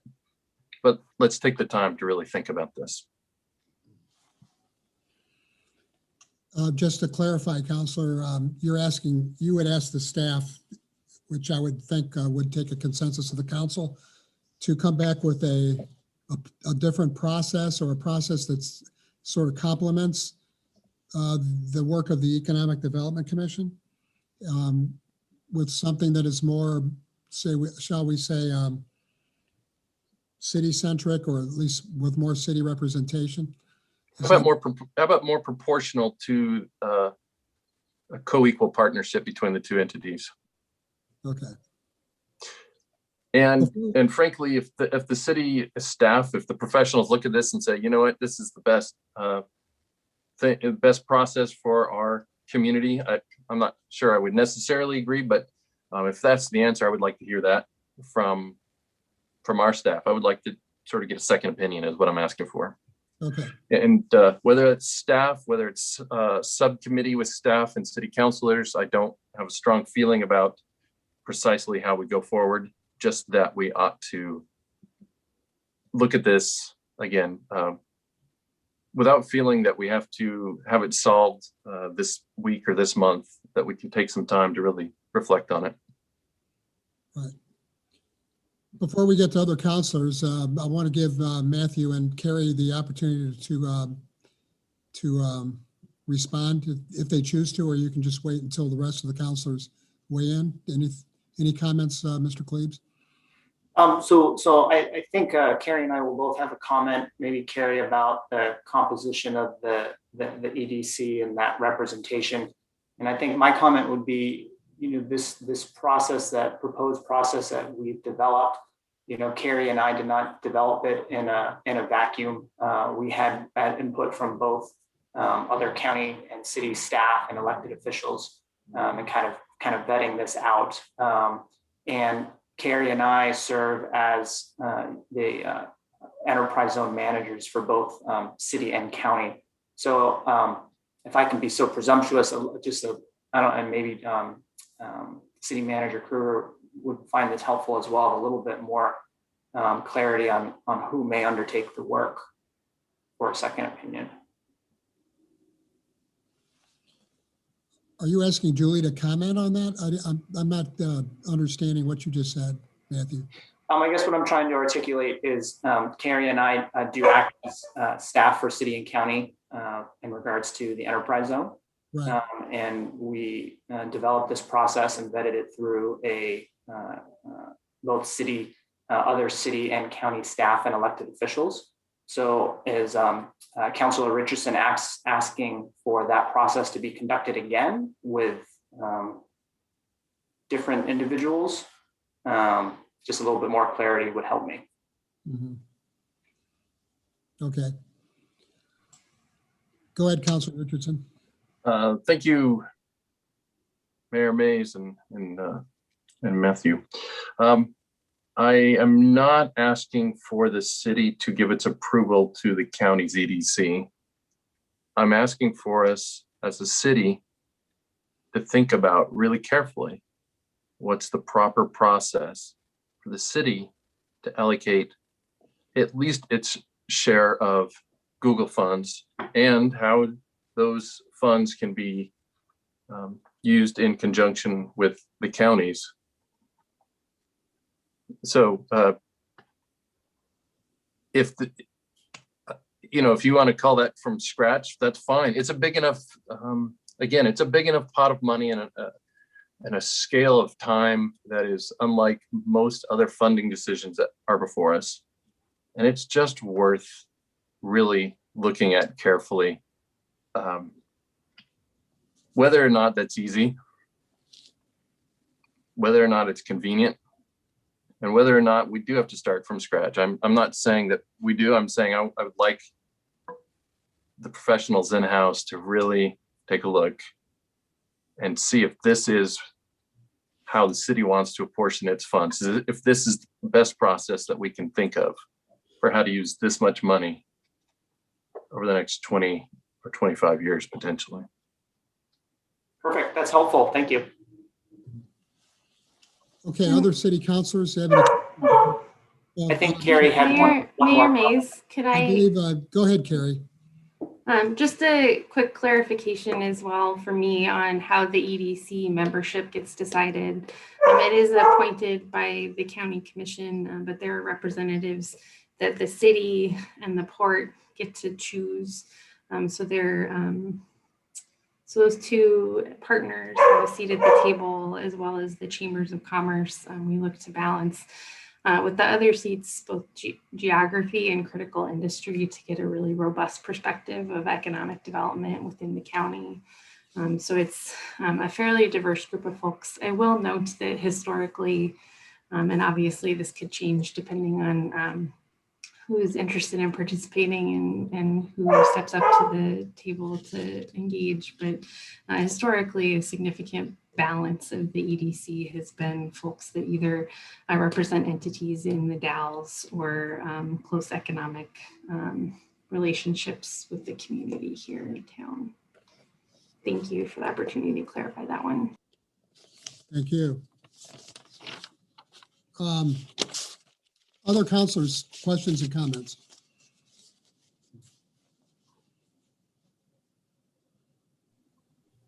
Councilor. Okay. I've been dealing with this subject for 10 or 11 years. The SIP progress, which I hope those citizens listening in understand, that's a separate deal, and that's We've already made decisions on tax districts and all that. This is one of the older contracts, 2015. If I was using the sample, I'll call it EDC project list, there are only a couple on there that I would be interested in, but by the end of the year, there will be a new list. And then this list is updated each year annually, as Carrie talked about. So some will change, some will stay on there. And I think possibly what my interest might be, I like the large lump sums. It gives the county and city together to do some major projects for the community. And I've always been a fan of that. The fire station in Columbia View Heights, the training tower for the fire station, those were projects that we did jointly that might not otherwise have been done. And there's a number of others. But what I think Councilor Richards is getting to, it would also be good in this next year as they develop their next list to have a city wish list from our staff of major projects that would improve specifically the city of the Dalles that we would look at thoroughly. Because the EDC list, according to page 66, annual timeline number 5, it's a funding recommendation. So in my view, when it comes back, we don't have to, as far as the city goes, we don't have to pick anything on that list. We could pick something entirely different. Am I mistaken? Matthew? I think the intention here is to provide kind of a, for lack of a better term, a funnel for these projects to come through. And so in an ideal situation, you would be looking at the projects that went through this process. You would have them all in front of you, vetted, I's dotted, T's crossed, and you'd be working from that list. If there were city projects, for instance, a city's wish list, as you put it, that can come into play in the very first step when the city and county is deciding the funding allocation towards the process itself. So for instance, if the annual fee is roughly 1.8 and the city and county each get 900, the city and county could each allocate 500,000 to this process, reserving 400,000 for the city's own selected projects or whatever use that you may choose. So there is that control point on both the front and the back end for both allocating these funds to the process and then actually awarding them for a given project. I think if you were to allow a project to come into the process without going through the whole process, you would start to undermine the requirement to go through the EDC's process to be vetted. And it would start to break that down a little bit. So I might be cautious there. Yeah, but I appreciate what you said, verbalizing that, because there is an opportunity for both the city and the county to designate some funds a different direction than into the process. That's what you said a moment ago. And that in some way answers Councilor Richardson's thoughts, I think, that there is an opportunity there each year to set some money aside for something that is specific to the county and or the city, correct? You just said that. Correct. Yeah. So that's part of it. For example, I think the example you used is that if you take the $1,814,000 that we're going to be getting every year for 12 years, 12 more years, and divide that by 2, that would be $907,000 apiece, city and county. And if the city, in fact, wanted to take half of that money, say $450,000, and allocate that to a project that the city, that only applies to the city, we could do that and leave the remaining $450,000 to go through the EDC process. I want to make sure that that's out there, but it's also something that, and I don't want to put words in your mouth, Matthew, that you would discourage. Is that? It's not something that I would necessarily discourage. What I was discouraging was after the EDC's process has been completed and staff has used the city and council established criteria to make that recommendation, allowing an additional project to kind of slip into consideration in the middle of that process. And so we really want to stay focused that to be considered potentially for these funds, you need to start at the beginning of the process, which is through the existing Wasco County ETC. That's what I was discouraging. Got it. Yeah. Thank you. Councilor Long Curtis. Yeah, so as I understood it, that process is basically going to take a year before money is distributed. Is that correct? From the moment that projects go through the processing and end up being selected, and then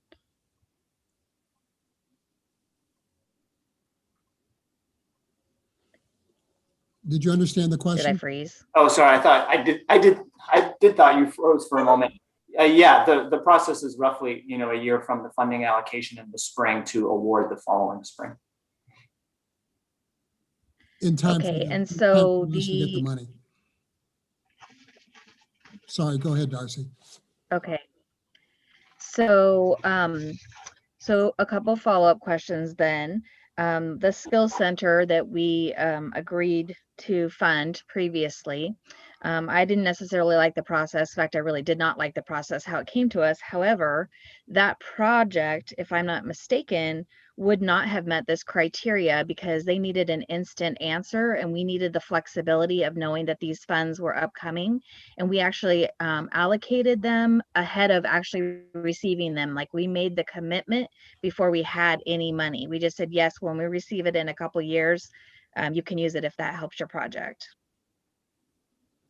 Correct. We entered into an agreement for those funds as we would receive them on that annual payment schedule and as allocated by the budget committee. So we'd still have to go through that budget process to allocate them. Okay, so something like that wouldn't be able to happen again under this process for exactly the same reason that you just explained to Councilor Runyon, that it wouldn't be fair to interject. The other question that I have is, what happens if the city puts in less money than the county? Then how do we, or are we going to be like the Gorge Commission and say that the city and the county have to agree on whatever 50% they're going to put in so it's equal distribution? Yeah, just to go back to your earlier point, I believe that the match provided by the state for the Columbia Gorge Community College was available for some time. I do think you are absolutely correct that they needed an answer quickly, but that match had been available for quite some time previous to that decision point. To your second point, I mean, I think that may be a challenge of this process if there is not agreement or matching funds provided by both the city and county. And I think that's part of the reason we're looking at this as kind of or as partially as a trial process or as a review period, I should say, where each year we can have that conversation of, is this working or not, and why, and come to that agreement. Okay, so I agree with a lot of things that Councilor Richardson was saying, that this is an important process and this is only a discussion item, which is a really great place to start.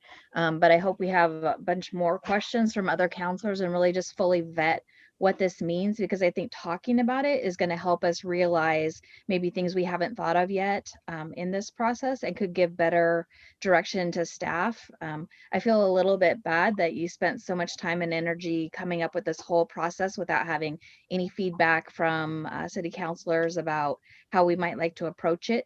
So thanks for taking a shot in the dark. I have more comments and questions, but I'm going to let other councilors speak.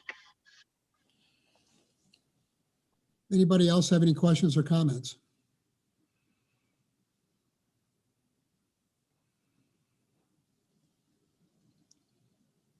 Okay. Matthew, I'd like to If no one does, go ahead. Councilor Long Curtis, did you have? oh, I'm just saying if no one else did, I had a few more things. I was just trying to give everybody a chance. Oh, okay. Let me just ask one quick one. Or go ahead. It's all right. Go ahead. No, I'm sorry. I thought you were gonna move on. I'm sorry. No, I was going to ask a question, but go ahead. I can ask it later. Okay, so Right now, the EDC has no project investment budget other than the contract with McHead to provide staffing, correct? So these 11 people are not accustomed to allocating large sums of money. Their function has been different. It's been to determine a list that we could take, say, to Washington, DC or wherever, and when they apply for grant funding, they can show that they're in the top 10 in order to increase the likelihood that other funders would fund their project.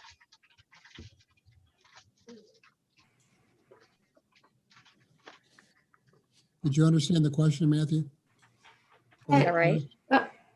Yeah, Darcy, that is correct. Oh, sorry, Councilor Long-Curtis, that's correct. I will note that the intention is for the decisions to still return to you all for that choice, but that the EDC would be helping to make some recommendations and provide the information you need to be thinking about that.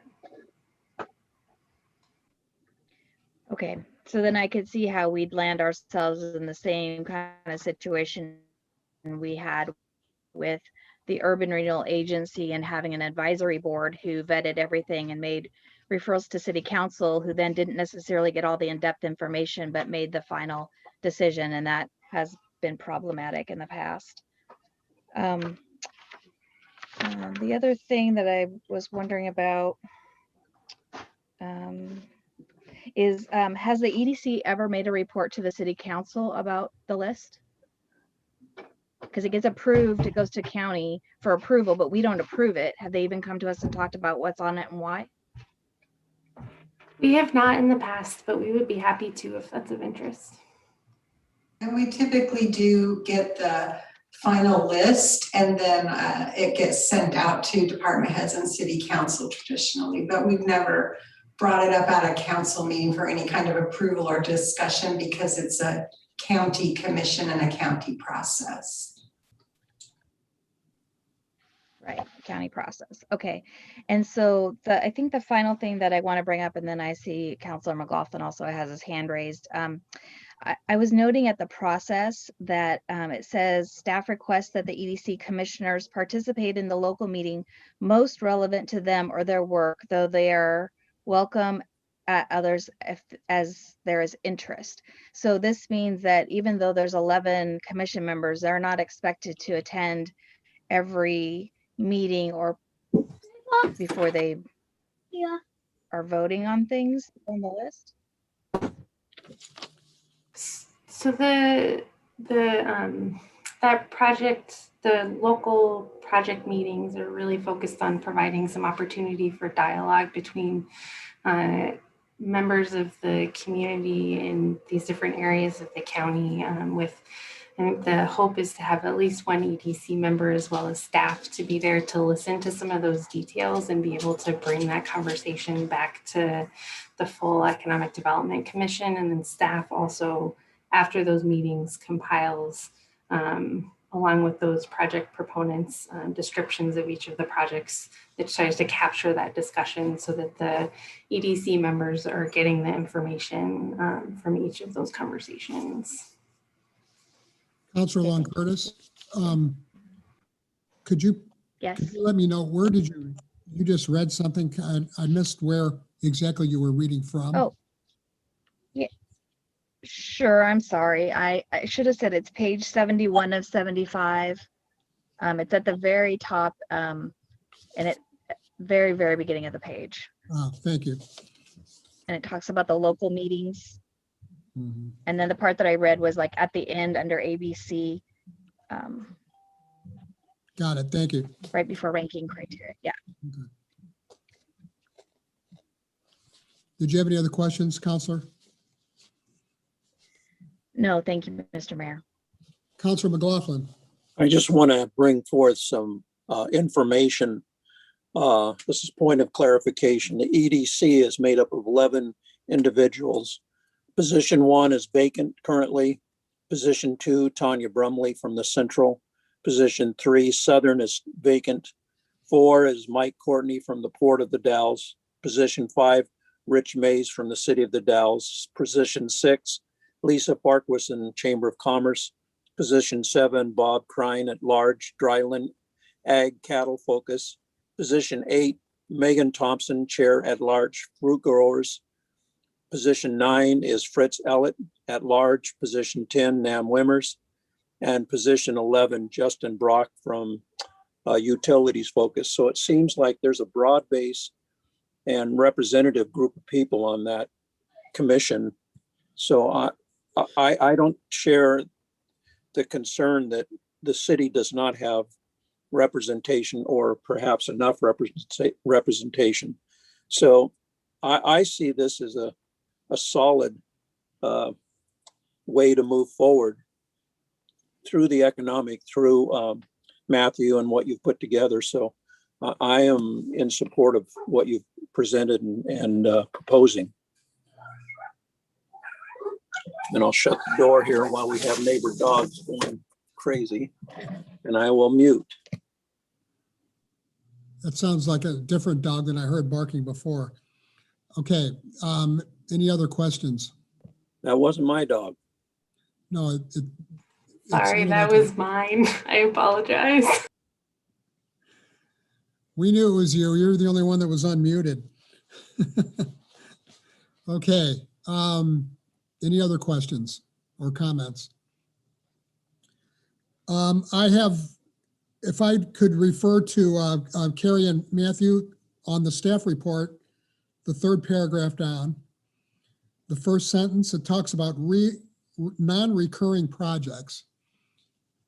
Could you define a non-recurring project? I think what the emphasis there was these funds would not be used for a recurring expenditures. We'd be looking at a capital investment such as the Treaty Oak Skill Center, again, the construction of a project, not for instance, staff. So like it'd be non-operational costs, for example. Okay, like if the city wanted to hire 3 police officers and 2 public works street workers, that would be frowned upon. I don't believe that would be eligible. Right, okay. So in this 2-year trial, would that preclude either the committee, the EDC commission, or in the alternative, Councilor Richardson's suggestion that the city come up with its own procedure? Let's say that either party wanted to fund a project that comprised of some debt over, say, a period of time other than that went longer than 2 years. Would the process preclude that sort of a project where we'd be paying off, say, a bond or a loan that would have debt service over a period of more than 2 years? For a capital project? Yes. I'd like to consider that further, just to make sure our group is on, Carrie and I and others have the same opinion. But my opinion is, yes, that is something that would be considered, or could be considered. But again, going through that annual budgeting process, I want to be mindful about entering into an obligation, again, such as the Treaty Oak Skill Center or servicing a debt, knowing that the budget process, may not have the same allocation the following year. And so, there would need to be additional thought or consideration into entering something like that. So the jury's still out on that question, would you say? Carrie, do you have a? Yeah, I think the intention would not be to exclude a project like that from being eligible for the process, but I think we would have to be careful to think about how you would make an award like that whilst being respectful of sort of the city and county's annual budget processes, similar to how you did with the skills center agreements, is that you could explore making that kind of commitment as long as it was structured in the appropriate way. Well, I think that's an important question that needs to be answered at some point. It certainly doesn't have to be answered tonight. And I think we have a sufficient amount of time to get that answered. But I, for one, I would hate to see us have our hands tied that would keep us from approving a project that would require, and maybe this is more of a legal question that needs to be answered first. I don't know. So, Jonathan. Well, if I may supplement, with the Treaty Oak Skill Center, there was substantial conversation about how to finance that project to allow the community college to go forward construction and essentially cash flow the project with the city and county pending funds through the annual fee in order to receive the needed amount to then disperse. And so the city and county did not go into an agreement to service any college debt. We agreed to a fixed contribution to the project, and the community college cash flowed and sourced their debt on their own. Okay. And they were able to do that because they had that agreement with the county and city that guaranteed an amount of money. Right. So they were able to use what we agreed to as part of their leverage to get their funding. Thank you. Okay, any other questions or comments? Well, it seems to me that there's been a suggestion made that the staff come back with either an alternative process or a process that complements the Economic Development Commission, which has been presented tonight. Councilor McLaughlin has indicated he's satisfied with this process. Councilor Richardson, I think, has made it pretty clear that he would like to see an alternative. Mr. Mayor, let me say, if you don't mind, that I apologize for interrupting your summary, but I have no particular axe to grind. I'm not here to prejudice the outcome of a second opinion. It's just a very seminal issue, again, with regard to both time and money involved, or potential time and money involved. I guess I don't understand why we would not ask the staff or a subcommittee of ourselves to really look at this a little bit further, instead of, and not just take the first offer, as good as it might be. Why not get a second opinion on that? Why not look at it a little bit more? And you're suggesting that if the second opinion would not preclude you, for example, of eventually going with the original Economic Development Commission alternative. So, right. Yes, if we're going to ask our staff, if we're going to ask the professionals representing city interests and carrying out city policy to look at this from that perspective, and they say, by golly, this is the best process there can be. I want to hear that. Our city manager had her hand raised. Would you like to say something, Julie? I would, if you don't mind, Mr. Mayor. I've taken a couple pages or three of notes and written down a lot of your questions and your comments.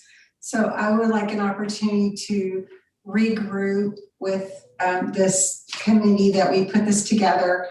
I think that we could do some additional language that would bring some level of comfort, and at the same time, I can work on giving you a side-by-side of maybe what do you want to do if it's just the city funds, so that you have a couple of things to look at the next time we bring it to you. And also there was a comment made about, I believe it was Councilor Ron Curtis, about, we did this in the dark because city council hadn't had an opportunity to give input. This is the first opportunity for the city council to get input or give input. So we had to start with something. We had to have a draft of something for you to begin this conversation. And I think it's been a really healthy conversation tonight. So I hope that no one in this meeting took any offense to all of the comments. that's what we expected. We expected a great conversation and to get your input so we can begin to refine it and make it work for everyone.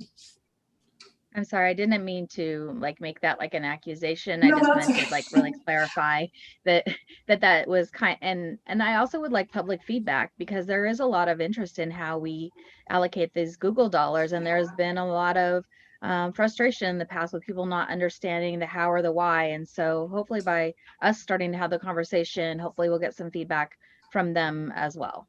That is a very good point. And I think if we can come back for one more discussion item and people start maybe getting a little bit more comfortable, or at least feeling like they have some options, then the city council and the county commission can decide, is it time to have a town hall meeting next, and, take that process to the next step before anyone makes any decisions. Yeah, not to put words in Councilor Long Curtis's mouth, but I thought that her comment about transparency was related to the skill center and housing. Is that correct? It wasn't in regards to this. No. Yeah, I don't really remember, but I mean, however it got taken, that wasn't how I meant it. I just wanted to make sure, because it was a discussion item. Sometimes a discussion item means that the very next meeting, we're going to vote on something. Sometimes a discussion item means we're going to talk about it for a few months and process it. And I just wanted to be clear, and for the public to be clear, what kind of a timeline and what kind of process we were looking at. And I think that's really been laid out here tonight. So I feel good about it. Thank you. Mayor Mays? Who is that? Is that Matthew? Yes, go ahead. Yes, so one additional comment I'd like to make at the county commission meeting, we made the same comment, is that this is, and based on the discussion tonight, the timing may be a little bit different, but it is the intention to solicit feedback from the different taxing districts as well, and share this process, not only with the, in addition to the general public, these meetings and different outreach. Soliciting some of that feedback from the taxing districts was an objective as well. We just didn't want to take the time and effort to solicit input from the taxing districts on something that may be substantially changed or dead on arrival, for instance. So, but that is the intention.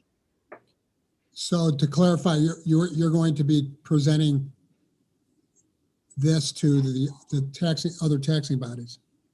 I believe Carrie and I and the committee that's been reviewing this will be having a conversation about how we may go about doing that. But the intent is to solicit that feedback. Like I mentioned, depending on the timing and when it's the most appropriate and fruitful to do so. Again, kind of walking that line between bringing something that may change substantially versus something that has the feedback and input from the council and commission incorporated. So it's more likely to move forward that way. We're talking about, what's actually being considered versus a hypothetical. Great, thank you. Councilor Runyon. That was the Councilor Long Curtis brought up was my next question, as we talked about a timeline. And I wanted to ask Matthew, because I assumed we would have, not just a discussion and then vote in 2 weeks. So what is the timeline, Matthew? What are you expecting before the county and city, come to an agreement on how we're going to proceed? What are you looking at? What is that timeline? So if I can speak on behalf of the committee and Carrie as well, I think at least my intention was pending the results of both the county commission meeting last week and this meeting tonight, we'd have a conversation about what that looked like. Based on the feedback we received, any kind of timeline could be substantially different. If we came here tonight and everybody was thumbs up and good to go, we'd solicit some feedback from the different taxing districts, incorporate that back, and could have brought it back more quickly.